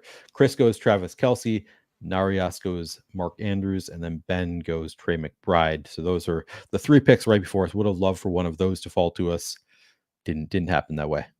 Yeah, once those 3 go off the board, it's like I'll take Kincaid if he's stacked, but it's like I don't really view him as the same as those guys. Maybe that's wrong. Yeah, I'm the same way, and I don't know. You could certainly make a case for Kincaid being the same. He has the potential to be the top receiver there for Buffalo from the tight end position, which would be wheels up. But I do view him as like a half a tier behind Trey McBride. So yeah, I mean, like if I'm doing the 2v2 of one of those top 3 that we talked about, and the receiver in the 5th, I'll definitely do that. But once those guys go, it's like I'll see, maybe you can always push up. You can push up one of the other tight ends if you want to, or just let ADP come to you and see what falls to you. So yeah, all right. We are at pick 52 here. We have 4 receivers. Oh, I wouldn't hate either of these running backs. I like both Pacheco and Josh Jacobs just fine. Yeah, let's do we have any? Let's see. Do we have any? I kind of like Pacheco. I feel like yeah, it's a good price on him. So yeah, let's do it. Get a little five picks of value on Pacheco, a little bit of a slide. Yeah, not crazy, but I actually kind of reach for a receiver. Yeah, I was gonna say I actually kind of like Pacheco. It's just the environment that stops me from taking him almost ever. But yeah, like I actually think he could pay off his ADP by a decent bit, but it's just I'm gonna get absolutely buried in the avalanche, so I don't really want to be taking a running back there in that range, especially with the tight ends. Like that's my preferred pick is always the tight end if I can get one in that range. So yeah. Yeah, this is true. Kriya says Kirk is a nice stable play to pair with Debo and DK boom bust. That is true. Kirk feels pretty stable. He does. Also, we have a couple potential tight ends that we could take with our next pick that would both be correlated with previous picks, so that's kind of nice. Yeah, I was gonna say like that's the other thing too is like if we, I like both of those guys, and I don't know. I know we talked about Bowers last time, but I want to get more Bowers as well. So hard because I am usually taking one of the earlier tight ends, but if I miss on them, then I don't know. I want my backs to be very heavy in Bowers gold. So yeah, I feel like I'm probably underweight to Bowers at this point just because I so often take an elite tight end pretty early, and then it's like, well, I don't really want to take him when I already have a Trey McBride or a Mark Andrews. But I agree with you. Like where he's going, I think the team likes Bowers quite a bit. It's kind of fun, taking AOC late, throwing him on a stack. So regardless of the stack, I do think Bowers just has big upside where he's going in drafts. So I'm with you. I like Bowers. He hasn't been something that I've like mega targeted, but again, that's just because of where he goes in drafts. I'm usually targeting other positions, but I am trying to pack my bags a little bit more. Yeah, it is hard, like you said, like structurally, it can be kind of hard to fit him in. So I don't know. It's like I don't want to go into the draft just like, okay, how do I structure my team to take more Brock Bowers? But I don't know. We'll see what I can do, and I don't know. It's a hard game to play because you don't want to miss out on the elite tight ends, the earlier elite tight ends, just to try to get someone else later because it probably won't play out your way most of the time. So we'll see what I actually get up to. I'm going to be entering a shit ton of slow drafts, so I'm going to try to play around with it. But David Njoku goes at 56. That's and to the Amari Cooper drafter. Huh. That's interesting. He took Lamar at 32 and then passed on Mark Andrews. Kind of unique. I'm not sure what the plan is there. Big Browns guy. All right, we are back on. We could take, Evan Ingram. We could also push Evan Ingram to our next pick potentially. Yeah, do you want to go Walker or White? Or we could go Walker with DK. We could. We also do have Jamar Chase. We could go Burrow with our next pick potentially. Yeah, what is it? Yeah, I'd rather go Ingram and Burrow than Walker. Yeah, I think I would too. Ingram paired there with Kirk. Of course, they do have the same bye week. Chase and Jacksonville. It should be fine though if we get a different stack, like we could Geno or something late. We could. Yeah. Just debating whether I want to set that up. We could also. I'm fine pushing quarterback too. Like I don't feel the need to do that with Burrow if we do want to go a different direction or just I don't know what the opportunity cost is. Like what. Let's see. Man, BTJ is pretty low in the fantasy points. This is the fantasy points rankings that I'm using. Did not realize how far down they have Brian Thomas Jr. He is 89 for them in terms of their ranking. His ADP is 71. Yeah, he's very divisive. Seems like you're either all in or all out. I know Gretsch is kind of all out. I haven't seen anyone be super all in, but they're just like, I do kind of feel like it's going to be a good role for him. Like if he's in the Calvin Ridley role from last year, it's a little bit unstable in terms of like the week to week stuff. Like I think it's going to be a lot of downfield stuff, but like if Trevor Lawrence just the variance leans his way, which everyone is saying about the Jags and Trevor Lawrence in their offense, but I think he's a solid upside shot. Like I don't really want to be taking him like whatever. If he falls a couple picks, I don't want to be like, or if I have the stack, but not like a priority guy for me. Whereas like I feel a lot better about Rome and the other kind of rookies. I don't know. Were these kind of a crazy price too, honestly? I'd be fine with McConkey here. So we are on the clock. Top of ADP would be Lad McConkey, Brian Thomas, Christian Watson, Keon Coleman, Dave Montgomery, Aaron Jones. Do you want to go Brian Thomas add on? I mean, we already have Kirk and Ingram. I'd rather go McConkey, honestly. Yeah, I feel like if we went Brian Thomas, I would feel kind of obligated to take Lawrence at that point. Yeah, it gives us an out for Herbert later. I like that because right, it gives us multiple outs to different guys later on. And yeah, that feels good. Grias says he does a good bit of Andrews Bauer. I mean, yeah, you could make it work and just be done with two tight ends. I feel like it's obviously a very strong tight end room. You don't need a third with that group. I think I'm sure I've done it because I take so much Andrews, but not something that I actively target. Usually, if I'm taking Andrews early, then I'm pushing tight end a little bit and going running back in that range. But I don't hate it. Yeah, I do like that pairing. Star meth. I like Anthony giving us a lot of advice about how to draft. He's telling us you use your private chat. He said multiple times, and then telling us to use the star method. I appreciate the tips. Yeah, we don't use the private chat a ton. It's usually just for when Bindles needs to tell me, hey, I need to drop out of the chat earlier, something like that. I need to leave. We don't. Yeah, I feel like we should use the private chat more. Honestly, like it's a good feature, but it's weird. It kind of like gets to the back of your mind, but yeah, it gives you the opportunity to talk about the things before it becomes your turn. Yeah, saves you time. Yeah, so I know you had Tyler on. How do you feel about Lad? Like obviously we took him here, so you're probably fine with him. I like Lad. Yeah.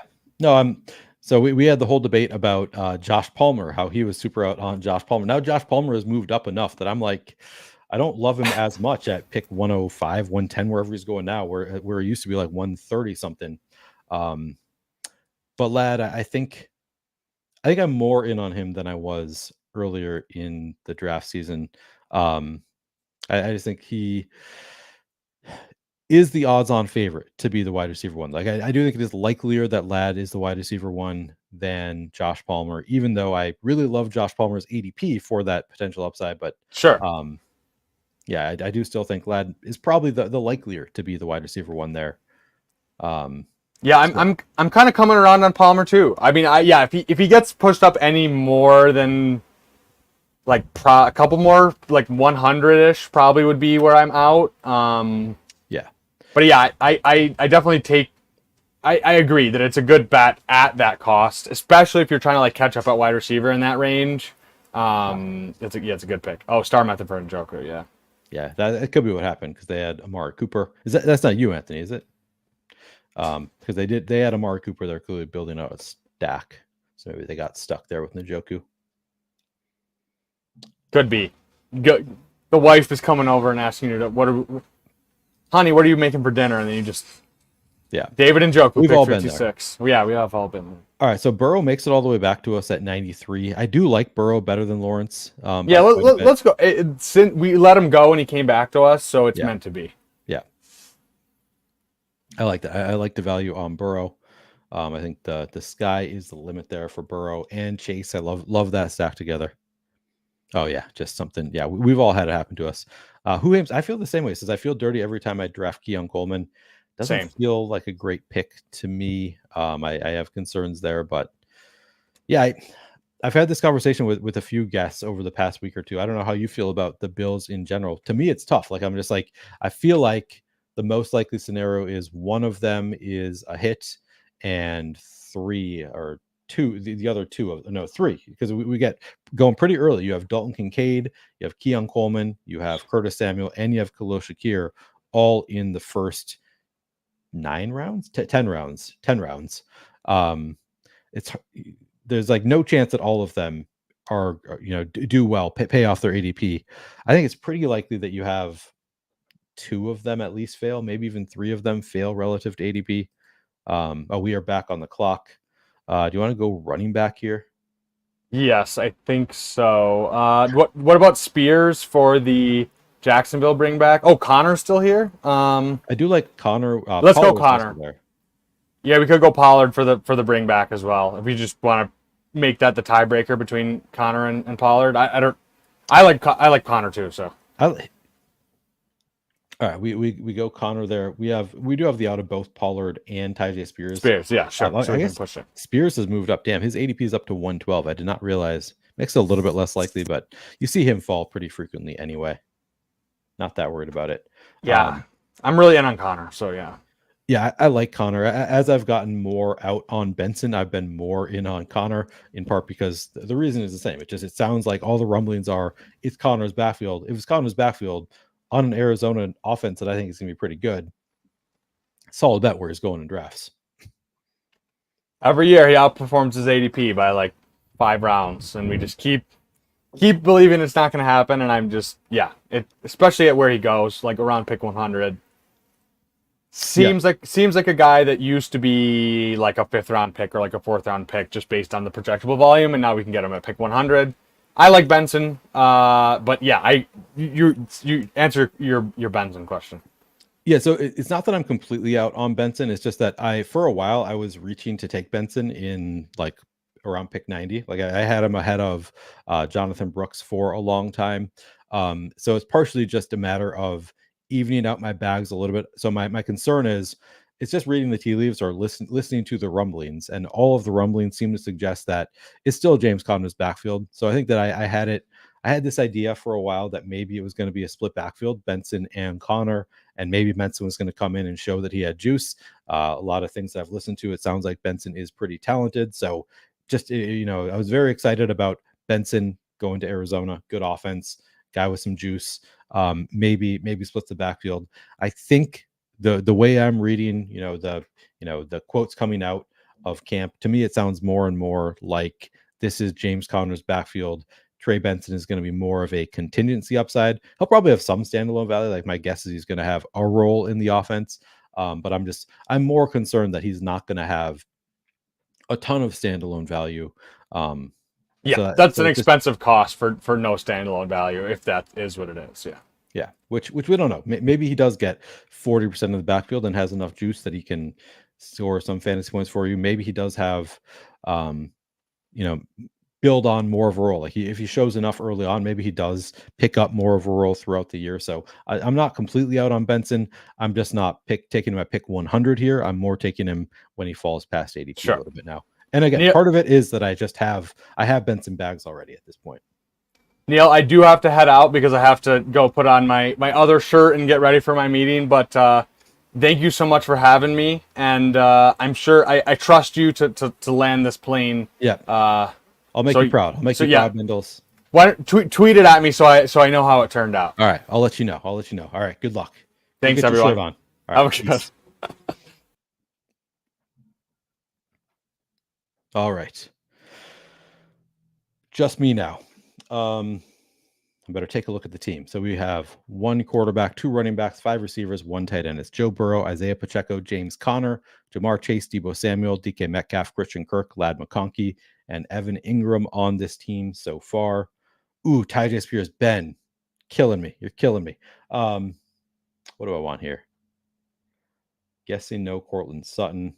I'm going to go by ADP. I don't love Mike Williams. Not going to reach for Trevor Lawrence. I think this is a Gus Edwards pick. Here is where I would take Josh Palmer happily. So, like, if he made it back to us at this pick, it used to be you could get Josh Palmer whenever you wanted. I was frequently doing the double tap at like this 132, 133 with Josh Palmer and Justin Herbert. That's when I really loved him. I don't love him quite as much where he's going now. Where'd he go in this one? He went at 107. Like that. I mean, that's fine. It's not like I'm completely out there. It's just not the I'm not as bullish as I was when he was going late round 11, early round 12. And sometimes Josh Palmer would just fall. Like people just didn't want to take him. Seems like he's been steamed a little bit. Because I took Joe Burrow, I am disinclined to take Trevor Lawrence here, even though I'm in on Lawrence and I do like, I do have Kirk and Ingram already. Just because I have Burrow, I'm not inclined to take him. Actually, I think I might just go Purdy here. Purdy's been falling quite a bit, so even though we're getting theoretically 11 picks in ADP value, doesn't feel like it because he falls so late so frequently. But I think that's a good pairing, Burrow and Purdy, offsetting bye weeks. We do have Debo on this team. Could have pushed another round because I also have the Herbert out, but I don't have a ton of Purdy. I feel like I let him fall quite frequently unless I usually only take Purdy double stacked. I usually take him when I have taken two of the San Francisco guys. So getting the occasional single stack, I'm good with that. Oh, sorry, Benjamin. Well, you just killed me. You just killed me by taking Tyjae Spears. So I guess you got your retribution there. Wait, OBJ at 113? What are we looking at here? I missed that. Damn. Yeah, this is definitely, it feels like a star method. Lot of star method casualties for Daboy Roy. Oh, Daboy Roy 42. Okay. He has Lamar Jackson at 32. Fine. Then he has the opportunity to take Mark Andrews at 41 and passes on him for Amari Cooper. Then comes back around. He takes David Njoku 4 rounds. Let's see. Yeah, 4 rounds ahead of ADP for Njoku. That feels like it's probably a star method issue. Rome he takes right at ADP, and then he takes Tua at pick 80. He does have Jalen Waddle, but again, going several rounds ahead of ADP, adds on Raheem Mostert. Maybe this is planned. Maybe it's like he's trying to get a unique construction. He is correlating the team pretty well, but obviously doesn't need to take OBJ at 113. He goes to Deshaun Watson at 128. So it is. Honestly, it kind of feels like the kind of draft you would do if you were smarter about trying to throw a draft. You're trying to collude and you're being smart about it. This is the kind of draft you would do because it like logically makes some sense. You can see why he's making the picks he is, but also is allowing others to get better values as a result. So I don't think that's what's happening. I think that it's probably just he's doing a unique build, but that's probably what would be the smarter way of doing it would be, stacking correctly, making a team that makes sense, just not going according to ADP. But yeah, a lot of reaches on that team.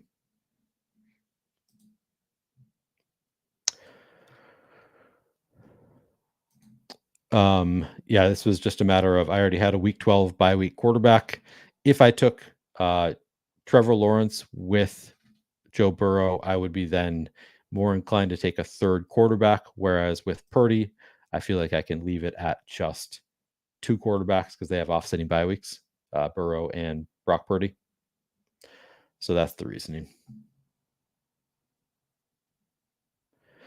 I am very much a bye week bro. If you're not aware of that, yeah, I'm always paying attention to the bye weeks with quarterback in particular because it's a onesie position. I don't want to be taking more than at most 3 quarterbacks, and if I can take 2, oh, Ben, and that was the other thing. I thought I'd be able to get Ricky Pearsall. Ben is just sniping my ass. All right. Maybe go Jerome Ford here. I could still take Trevor Lawrence. Damn, Trevor Lawrence is falling. Do I do it though? Do I do Trevor Lawrence? That feels like too much draft capital, probably. I do have the double.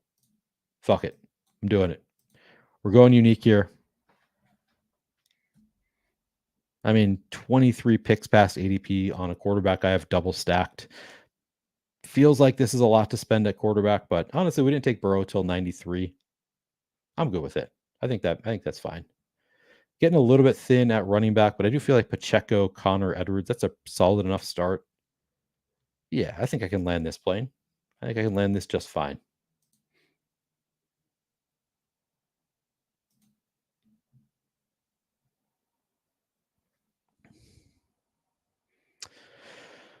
I mean, maybe. I don't know. Purdy was past ADP. Yeah, exactly. I'm a bye week bro. Is it old guys that are bye week bros? By the way, Anthony, I meant to comment on this earlier. I think earlier in the chat you said that you're 43 and you're catching up to me. No, you are older than me. I'm 40 years old. So I'm catching up to you, turns out. Despite the gray in the beard. Throws people off. Yeah. I lived a little. Lived a little, taking 3 quarterbacks. Do you call that living a little? I don't know. Dowdle and Ford go. Would have liked both of those to make it back to. We actually wouldn't have minded Cole Kmet there either. But Marshawn Lloyd is there for me. I'll go Marshawn Lloyd. Ooh, Jermaine Burton. No, I got to do that. I got to go. Can I afford to take Jermaine Burton? There are a lot of running backs I still like there. I have 3 pretty good running backs. Fuck it. I'm living a little. I'm going with double stack on Burrow there. Jermaine Burton, Jamar Chase. I got thrown off so thrown off by trying to double stack Brock Purdy that I forgot that I had my double stack with Joe Burrow left as well.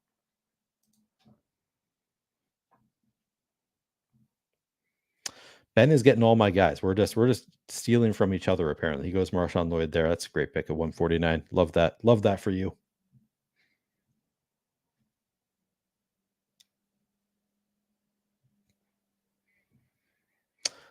Yeah, I mean, it's too late for you now for this year. You've already done some best ball manias, I'm assuming.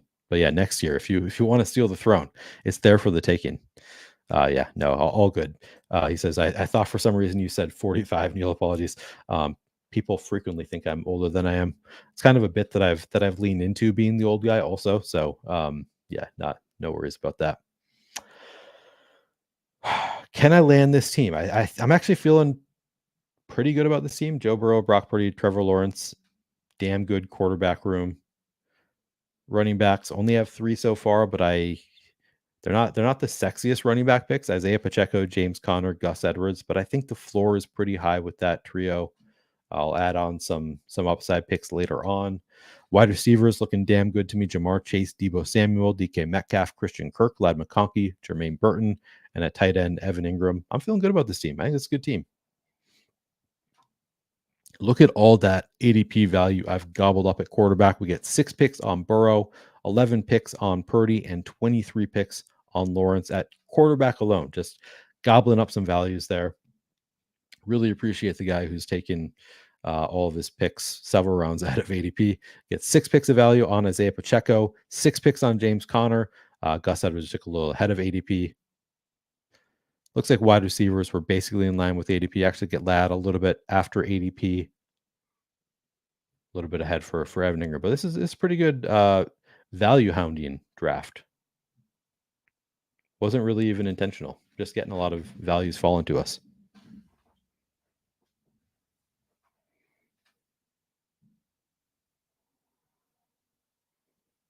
Oh, good. This means that I got extra retribution. See, Benjamin, he took pretty Ricky, thinking that I was going to let him have T-Law, and it wasn't meant to be. So I'm glad. I'm glad that I got you back because you took my guy. So I took your guy without even trying to. Ray Davis. I don't have a ton of Ray Davis. What do you guys think of Ray Davis? I don't know what to make of him. I feel like Gibson to me feels a little bit safer. I'm going to do Ray Davis though. It's kind of fun, like I said, I've got the three old guys. I mean, Pacheco's not an old guy, but has some mileage on him now. With Connor and Edwards, feels a little bit dusty. Throw on a rookie there. A little bit more upside. No, I'm happy with this running back room. Probably needs 6, but I think Pacheco, Connor, Edwards actually a pretty solid start there.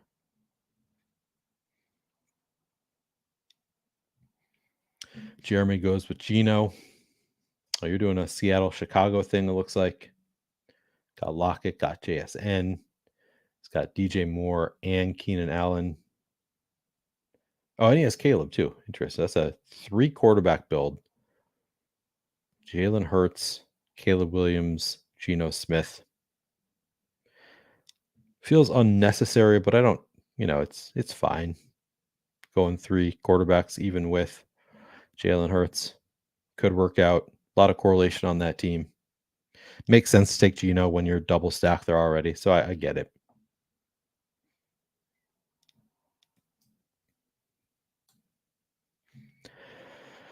I get the temptation. Goes Noah Fant adding on to the stack.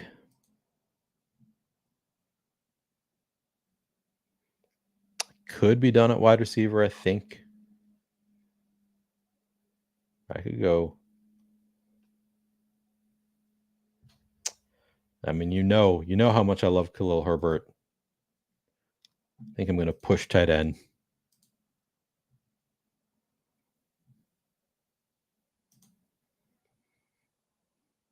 Yeah. Khalil Herbert, just going to smash. I can't wait. Ow! Value hound.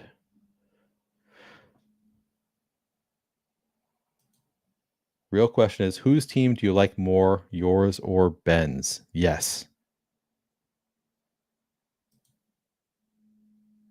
Yeah, that is true. I was kind of thinking that. Like Ray Davis, even though he is a rookie, he does sort of feel like he's not gonna have those 25-point games in his bag. He's gonna have some 12-point games there. I agree. Actually, it's kind of funny. Even though he's a rookie, he does sort of feel like that. All right, I'm going to read off my team and Ben's, and I'm going to tell you which team is better.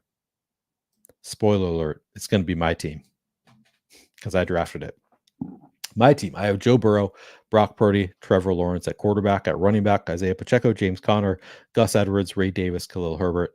At wide receiver, Jamar Chase, Debo Samuel, DK Metcalf, Christian Kirk, Lad McConkey, Jermaine Burton, and at tight end, Evan Ingram. So we have a few more picks left to make, but feeling good about where we're at. Ben has Patrick Mahomes at quarterback. Oh shit, I forget when somebody makes a pick, it switches back to my team. Here, I'll go into this view. Ben has at quarterback Patrick Mahomes only. At running back, he has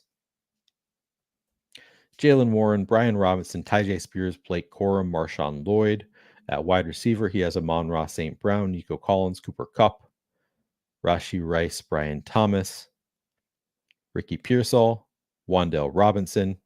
And at tight end, he has Trey McBride and Hunter Henry. So as far as correlation, he has just single stacked with Patrick Mahomes. He goes Mahomes with Rashee Rice. Anybody from Pittsburgh there? No bringbacks. So he's at what? He has 1, 5, 7, 2 so far. I mean, I think his team looks perfectly good. But yeah, I'm taking my team all day. What are we talking about here? Burrow, Purdy, Lawrence, all well past ADP. Come on, that's a beautiful team. Oh, he has Warren. Oh, my bad. I did miss the bring back there. All right, I did sell you short. My apologies. I actually don't have a ton of. Do I have any bringbacks? I don't think I have any bringbacks on my team. Tennessee, Detroit, or Denver. So you have that going for you. I don't have that. I do have time to fix that if I want to.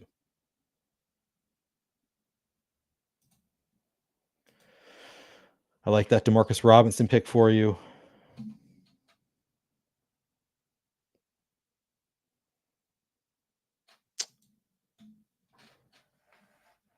I feel like a bunch of tight ends just went off the board, and I don't love that.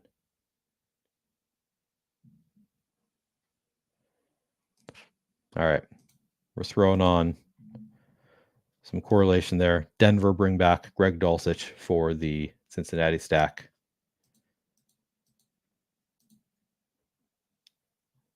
This might be a 3 tight end build.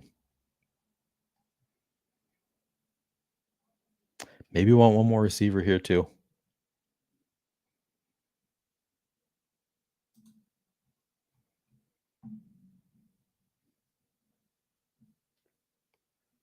Luke McCaffrey, I know Debro's super high on him. I've been drafting a good amount on McCaffrey. I love doing the Jaden Daniels backstack with McCaffrey. It's a fun one. High upside bet there. I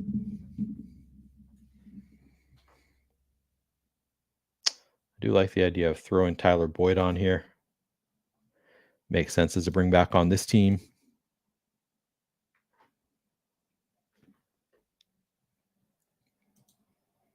So now we are looking at with one pick left. I'm at Joe Burrow, Brock Purdy, Trevor Lawrence, obviously done at quarterback. At running back, Isaiah Pacheco, James Conner, Gus Edwards, Ray Davis, Khalil Herbert. Could throw in another running back. I don't think I absolutely need to. At wide receiver, Jamar Chase, Debo Samuel, DK Metcalf, Christian Kirk, Lad McConkey, Jermaine Burton, Tyler Boyd. Similarly, I could throw in another. Don't think I need to. Probably tight end is where I need another player. I have Evan Ingram and Greg Dulcich. Evan Ingram does feel like more of a steady high floor player. So I might be okay with just two. But I wouldn't be opposed taking one more tight end on this team. As we were talking about with Bindles earlier, I just like when you only have two at the position, I feel like the barrier to entry is a little bit smaller for tight end. I feel like it's a little bit higher for the other positions on this team currently. I mean, running back, you can always count on at least one of these running backs is going to get hurt at some point during the year. So there is, an opportunity, I think, for a late round running back to do some damage on this team, potentially. I don't think there are any late round receivers that I really love that I think could really, break through this group here. So probably not going to be a receiver here.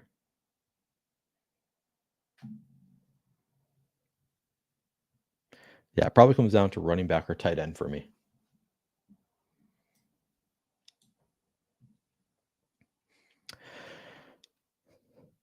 Probably not taking CEH here because I have Pacheco. You could, I think because he's the final round, I don't hate that as a double click.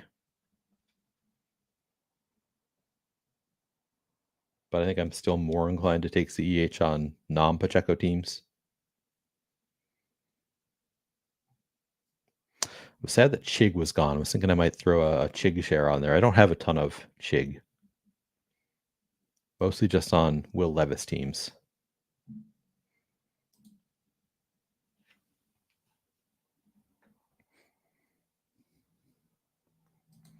Yeah.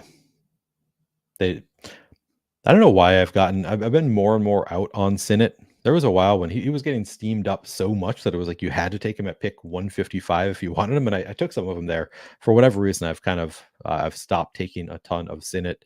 Probably the wrong way to play things, to take a player when they get hyped up and then stop taking them when they're not hyped up. But I have not taken as much Sinnott recently. I've been making the bet on McCaffrey. Haven't done a ton of betting on Luke Sinnott. Probably should try and build him back in, at least more into those, like if I'm doing in Atlanta, Washington kind of thing for week 17, probably makes sense to get some more Sinnott.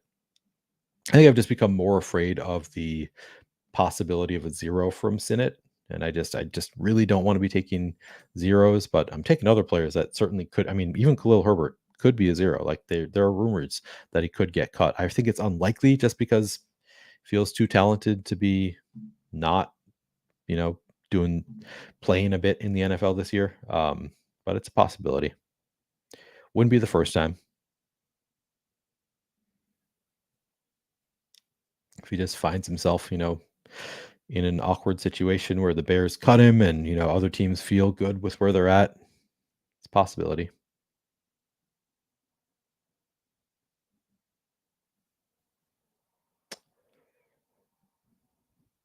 Jawan Johnson goes.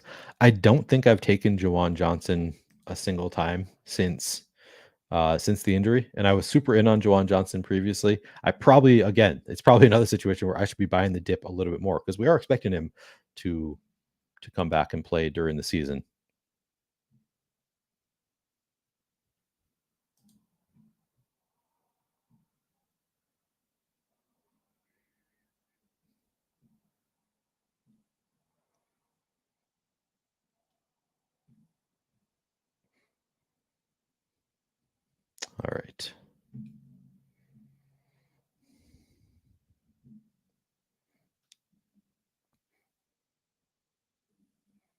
There's no last round picks that I love from Detroit. Could take Khalif Raymond. He was pretty good by some metrics last year. I do like Estime. I don't have any week 14 buys for running back. I'll star him and then look at tight ends.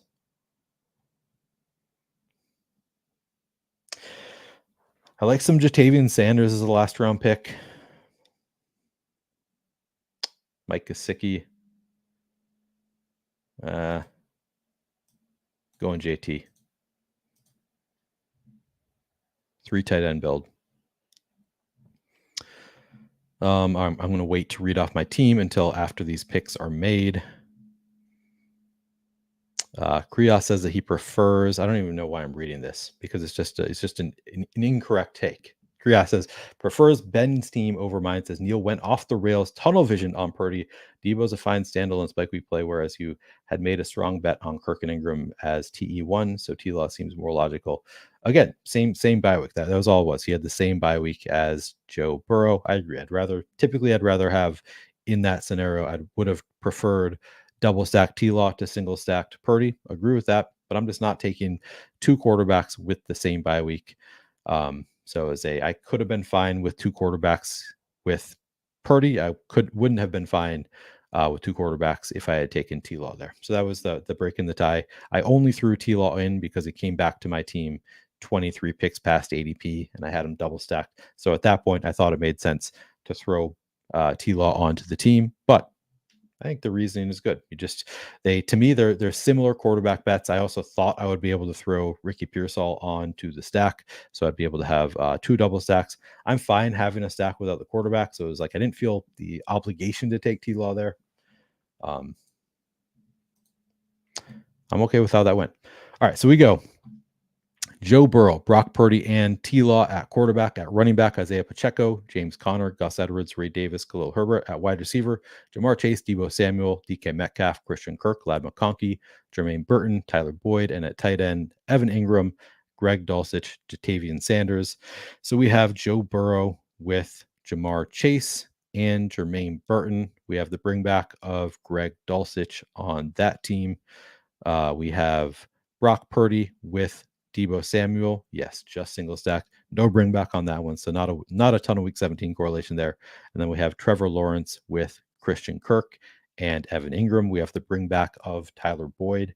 I feel pretty good about the team. I think the quarterback obviously very strong, getting big ADP fallers on all 3 of them. Running back I think is good enough with Pacheco, James Conner, Gus Edwards, all likely to be the starting running backs on their team. We have Ray Davis, who could have some spike weeks with some touchdowns. Khalil Herbert, just a bet that he is too talented to not work into a role in Chicago or elsewhere during the year. So I feel pretty good about that running back room. And I think it's an undeniably very strong wide receiver room with Jamar Chase, Deebo Samuel, DK Metcalf, Christian Kirk, Ladd McConkey, Jermaine Burton, Tyler Boyd. I feel like the floor and ceiling very strong for the wide receivers. At tight end, Evan Ingram, I think, is a pretty high floor guy. Greg Dulcich hopefully has some spike weeks. Jatavian Sanders hopefully has some spike weeks. I think it's a pretty solid team. I'll take a look. I'll start with Ben's team. If anybody else in the chat wants to take a look at your team, just let me know, and I'd be happy to. All right, Ben goes with Patrick Mahomes, JJ McCarthy, and Gardner Minshew. So you're going to need Gardner Minshew to cover that week 6 bye there. I think he's probably starting to start the year, so I think he's likely to be there, but I don't think it's a guarantee. So he might be out of quarterback in week 6. Jalen Warren, Brian Robinson, Tyjae Spears, Blake Corum, Marshawn Lloyd. At wide receiver, it's Amon-Ra St. Brown, Nico Collins, Cooper Kupp, Rashee Rice, Brian Thomas, Ricky Pearsall, Wan'Dale Robinson, DeMarcus Robinson. At tight end, Trey McBride and Hunter Henry. So he's got Mahomes single stacked with Rashee Rice. And then he has the bring back of Jalen Warren. He has J.J. McCarthy with nobody. Is that a unstacked J.J. McCarthy? Unstacked J.J. McCarthy does have the bring back of Marshawn Lloyd, and then he has Gardner Minshew. also unstacked. Yeah, I'm taking my team 10 times out of 10. I'm not a fan of taking unstacked quarterbacks. Maybe it's possible that I missed some stacks there. I don't think I did. Did I miss something here, Ben? What's with all the unstacked quarterbacks? Yeah, and this is also great. I could have passed on Purdy and taken Justin Herbert. So I did have another out there. Yeah, the Purdy pick, not my favorite pick, but I think it was fine. This is a good call. I could have taken Charlie Jones there. I took some Charlie Jones in pre-draft stuff. So that's a good call. Yeah, I mean Jermaine Burton. We all love clicking Jermaine Burton. Thank you. It's all for the bye week pros. No, I hear you, Kriaf. I'm welcome. I'm open to your points. We're all trying to learn here. But for me, it's all about the bye weeks. Just paying some attention there. Okay, Benjamin not very happy with the end of his. Do not like that I had to go QB in 17, 18. Everyone took all my stacks. Okay, so it was not just me sniping Benjamin. He was building up for Arizona, Jacksonville, Rams, New England, Giants. Got taken on all of them.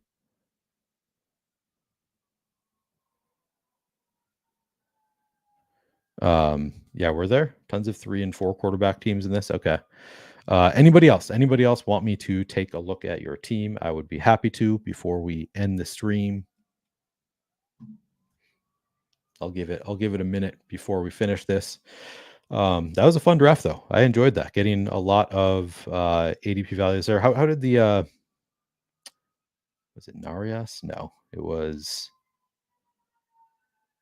who was it that was taking everybody too high? David Njoku. Okay, it was Boy Roy 42. How does that team finally look in the end? Take a look at it. All right, that's a 4 quarterback team with a lot of reaching. So he has Lamar Jackson, Tua, Deshaun Watson, Russ Wilson. All do have offsetting buys, so I like that.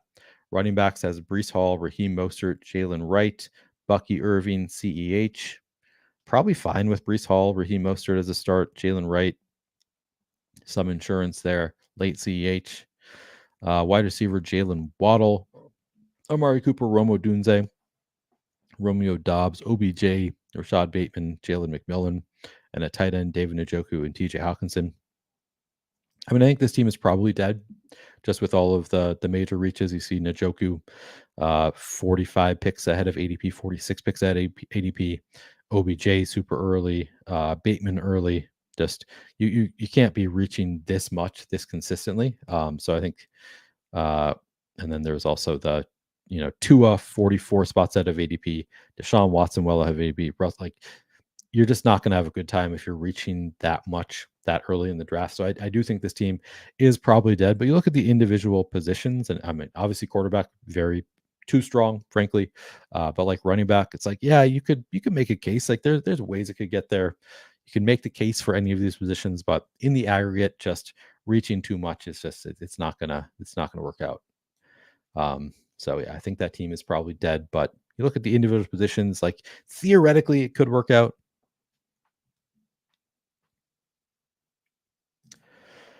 Andrew says, I think Jones, Burton, and Yoshevich are going to be in a rotation, and Burton goes in the 160s. Kriya says Burton is a far superior talent to the other T. Yeah, for me, it's also I took a ton of Yoshevich and a little bit of Charlie Jones pre-draft. I do like Yoshevich. I think he's got some talent.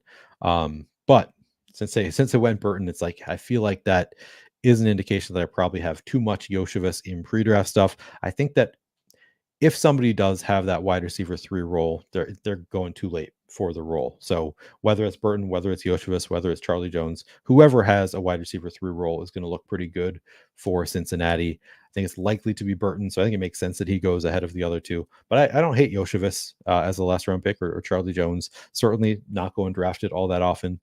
So I think that all three, you can make the bet. Probably not doing them on the same team. You could, I guess, on a Burrow team. But yeah, I think that they are all fine bets for where they go, frankly. Yeah, I'd say I think Hawk is probably back by week 10. Maybe not full strength, but my guess would be yes. I am, of course, not a medical expert. I don't really know, but yeah, it's certainly some risk that he doesn't. And that's another downside to that team is possibly no tight end. Oh, Huhames. All right, I'll take a look at Huhames' team, which I believe is a 12 hole. Yeah, Huhames. In the 12 hole goes Josh Allen, Matthew Stafford at quarterback. At running back, Kyron Williams, James Cook, Trey Benson, Kendre Miller, Braylon Allen. At wide receiver, Puka Nacua, Mike Evans, Jaden Reed, Keon Coleman, Jamison Williams, Khalil Shakir, Mike Williams, Greg Dortch. And at tight end, Luke Musgrave, Kate Otten, Jawan Johnson. So he has Josh Allen with James Cook and Keon Coleman and Khalil Shakir. Does he have any Jets? He has Mike Williams on the bring back and Braylon Allen, so very well correlated. He has Matthew Stafford with Kyron Williams and Puka Nacua. And then he has the several bringbacks, Greg Dortch, maybe just a couple, Greg Dortch and Trey Benson as bringbacks for week 17. Really well correlated team. I like this pairing at quarterback. You got the elite guy, and then you have Stafford as your late round quarterback. Running backs, obviously very strong. Kyron Williams, James Cook. I do like Trey Benson better as a third running back than like a second running back. So it's good that you go with the anchors of Kyron Williams and James Cook. I like both those picks. Trey Benson makes sense in that build, particularly as a bring back for the Ram stack. I like Kendre Miller quite a bit. I like Braylon Allen. So liking that room as well at wide receiver. Puka, obviously elite. Mike Evans, obviously elite. Jaden Reed. I'm not really in on Coleman, but I think, you get him 8 picks past ADP. I think that's a good spot to take Coleman, especially when you have the quarterback. So I like that he came back to 84. That's pretty nice. Jamison Williams, a fine pick there. Khalil Shakir comes back to at ADP. So you kind of lucked out in a way, getting those Buffalo pieces to fall to you at and after ADP. That's pretty awesome. I like Dortch's late round pick. Mike Williams, I'm not taking a lot of him, but here again, you get him to fall to pick 133, get a little value there. That feels good. Looks like a perfectly cromulent 3 tight end build. Musgrave, Otten, Jawan Johnson. The fall has probably gotten too far. Like I said, I have not taken him since he got hurt, but I think that he is a perfectly fine late round pick. He was a guy that we were taking him earlier and earlier before the injury. So to get him fall in here on a 3 tight end build feels pretty good. I like that team. I like that team quite a bit. Looks really good.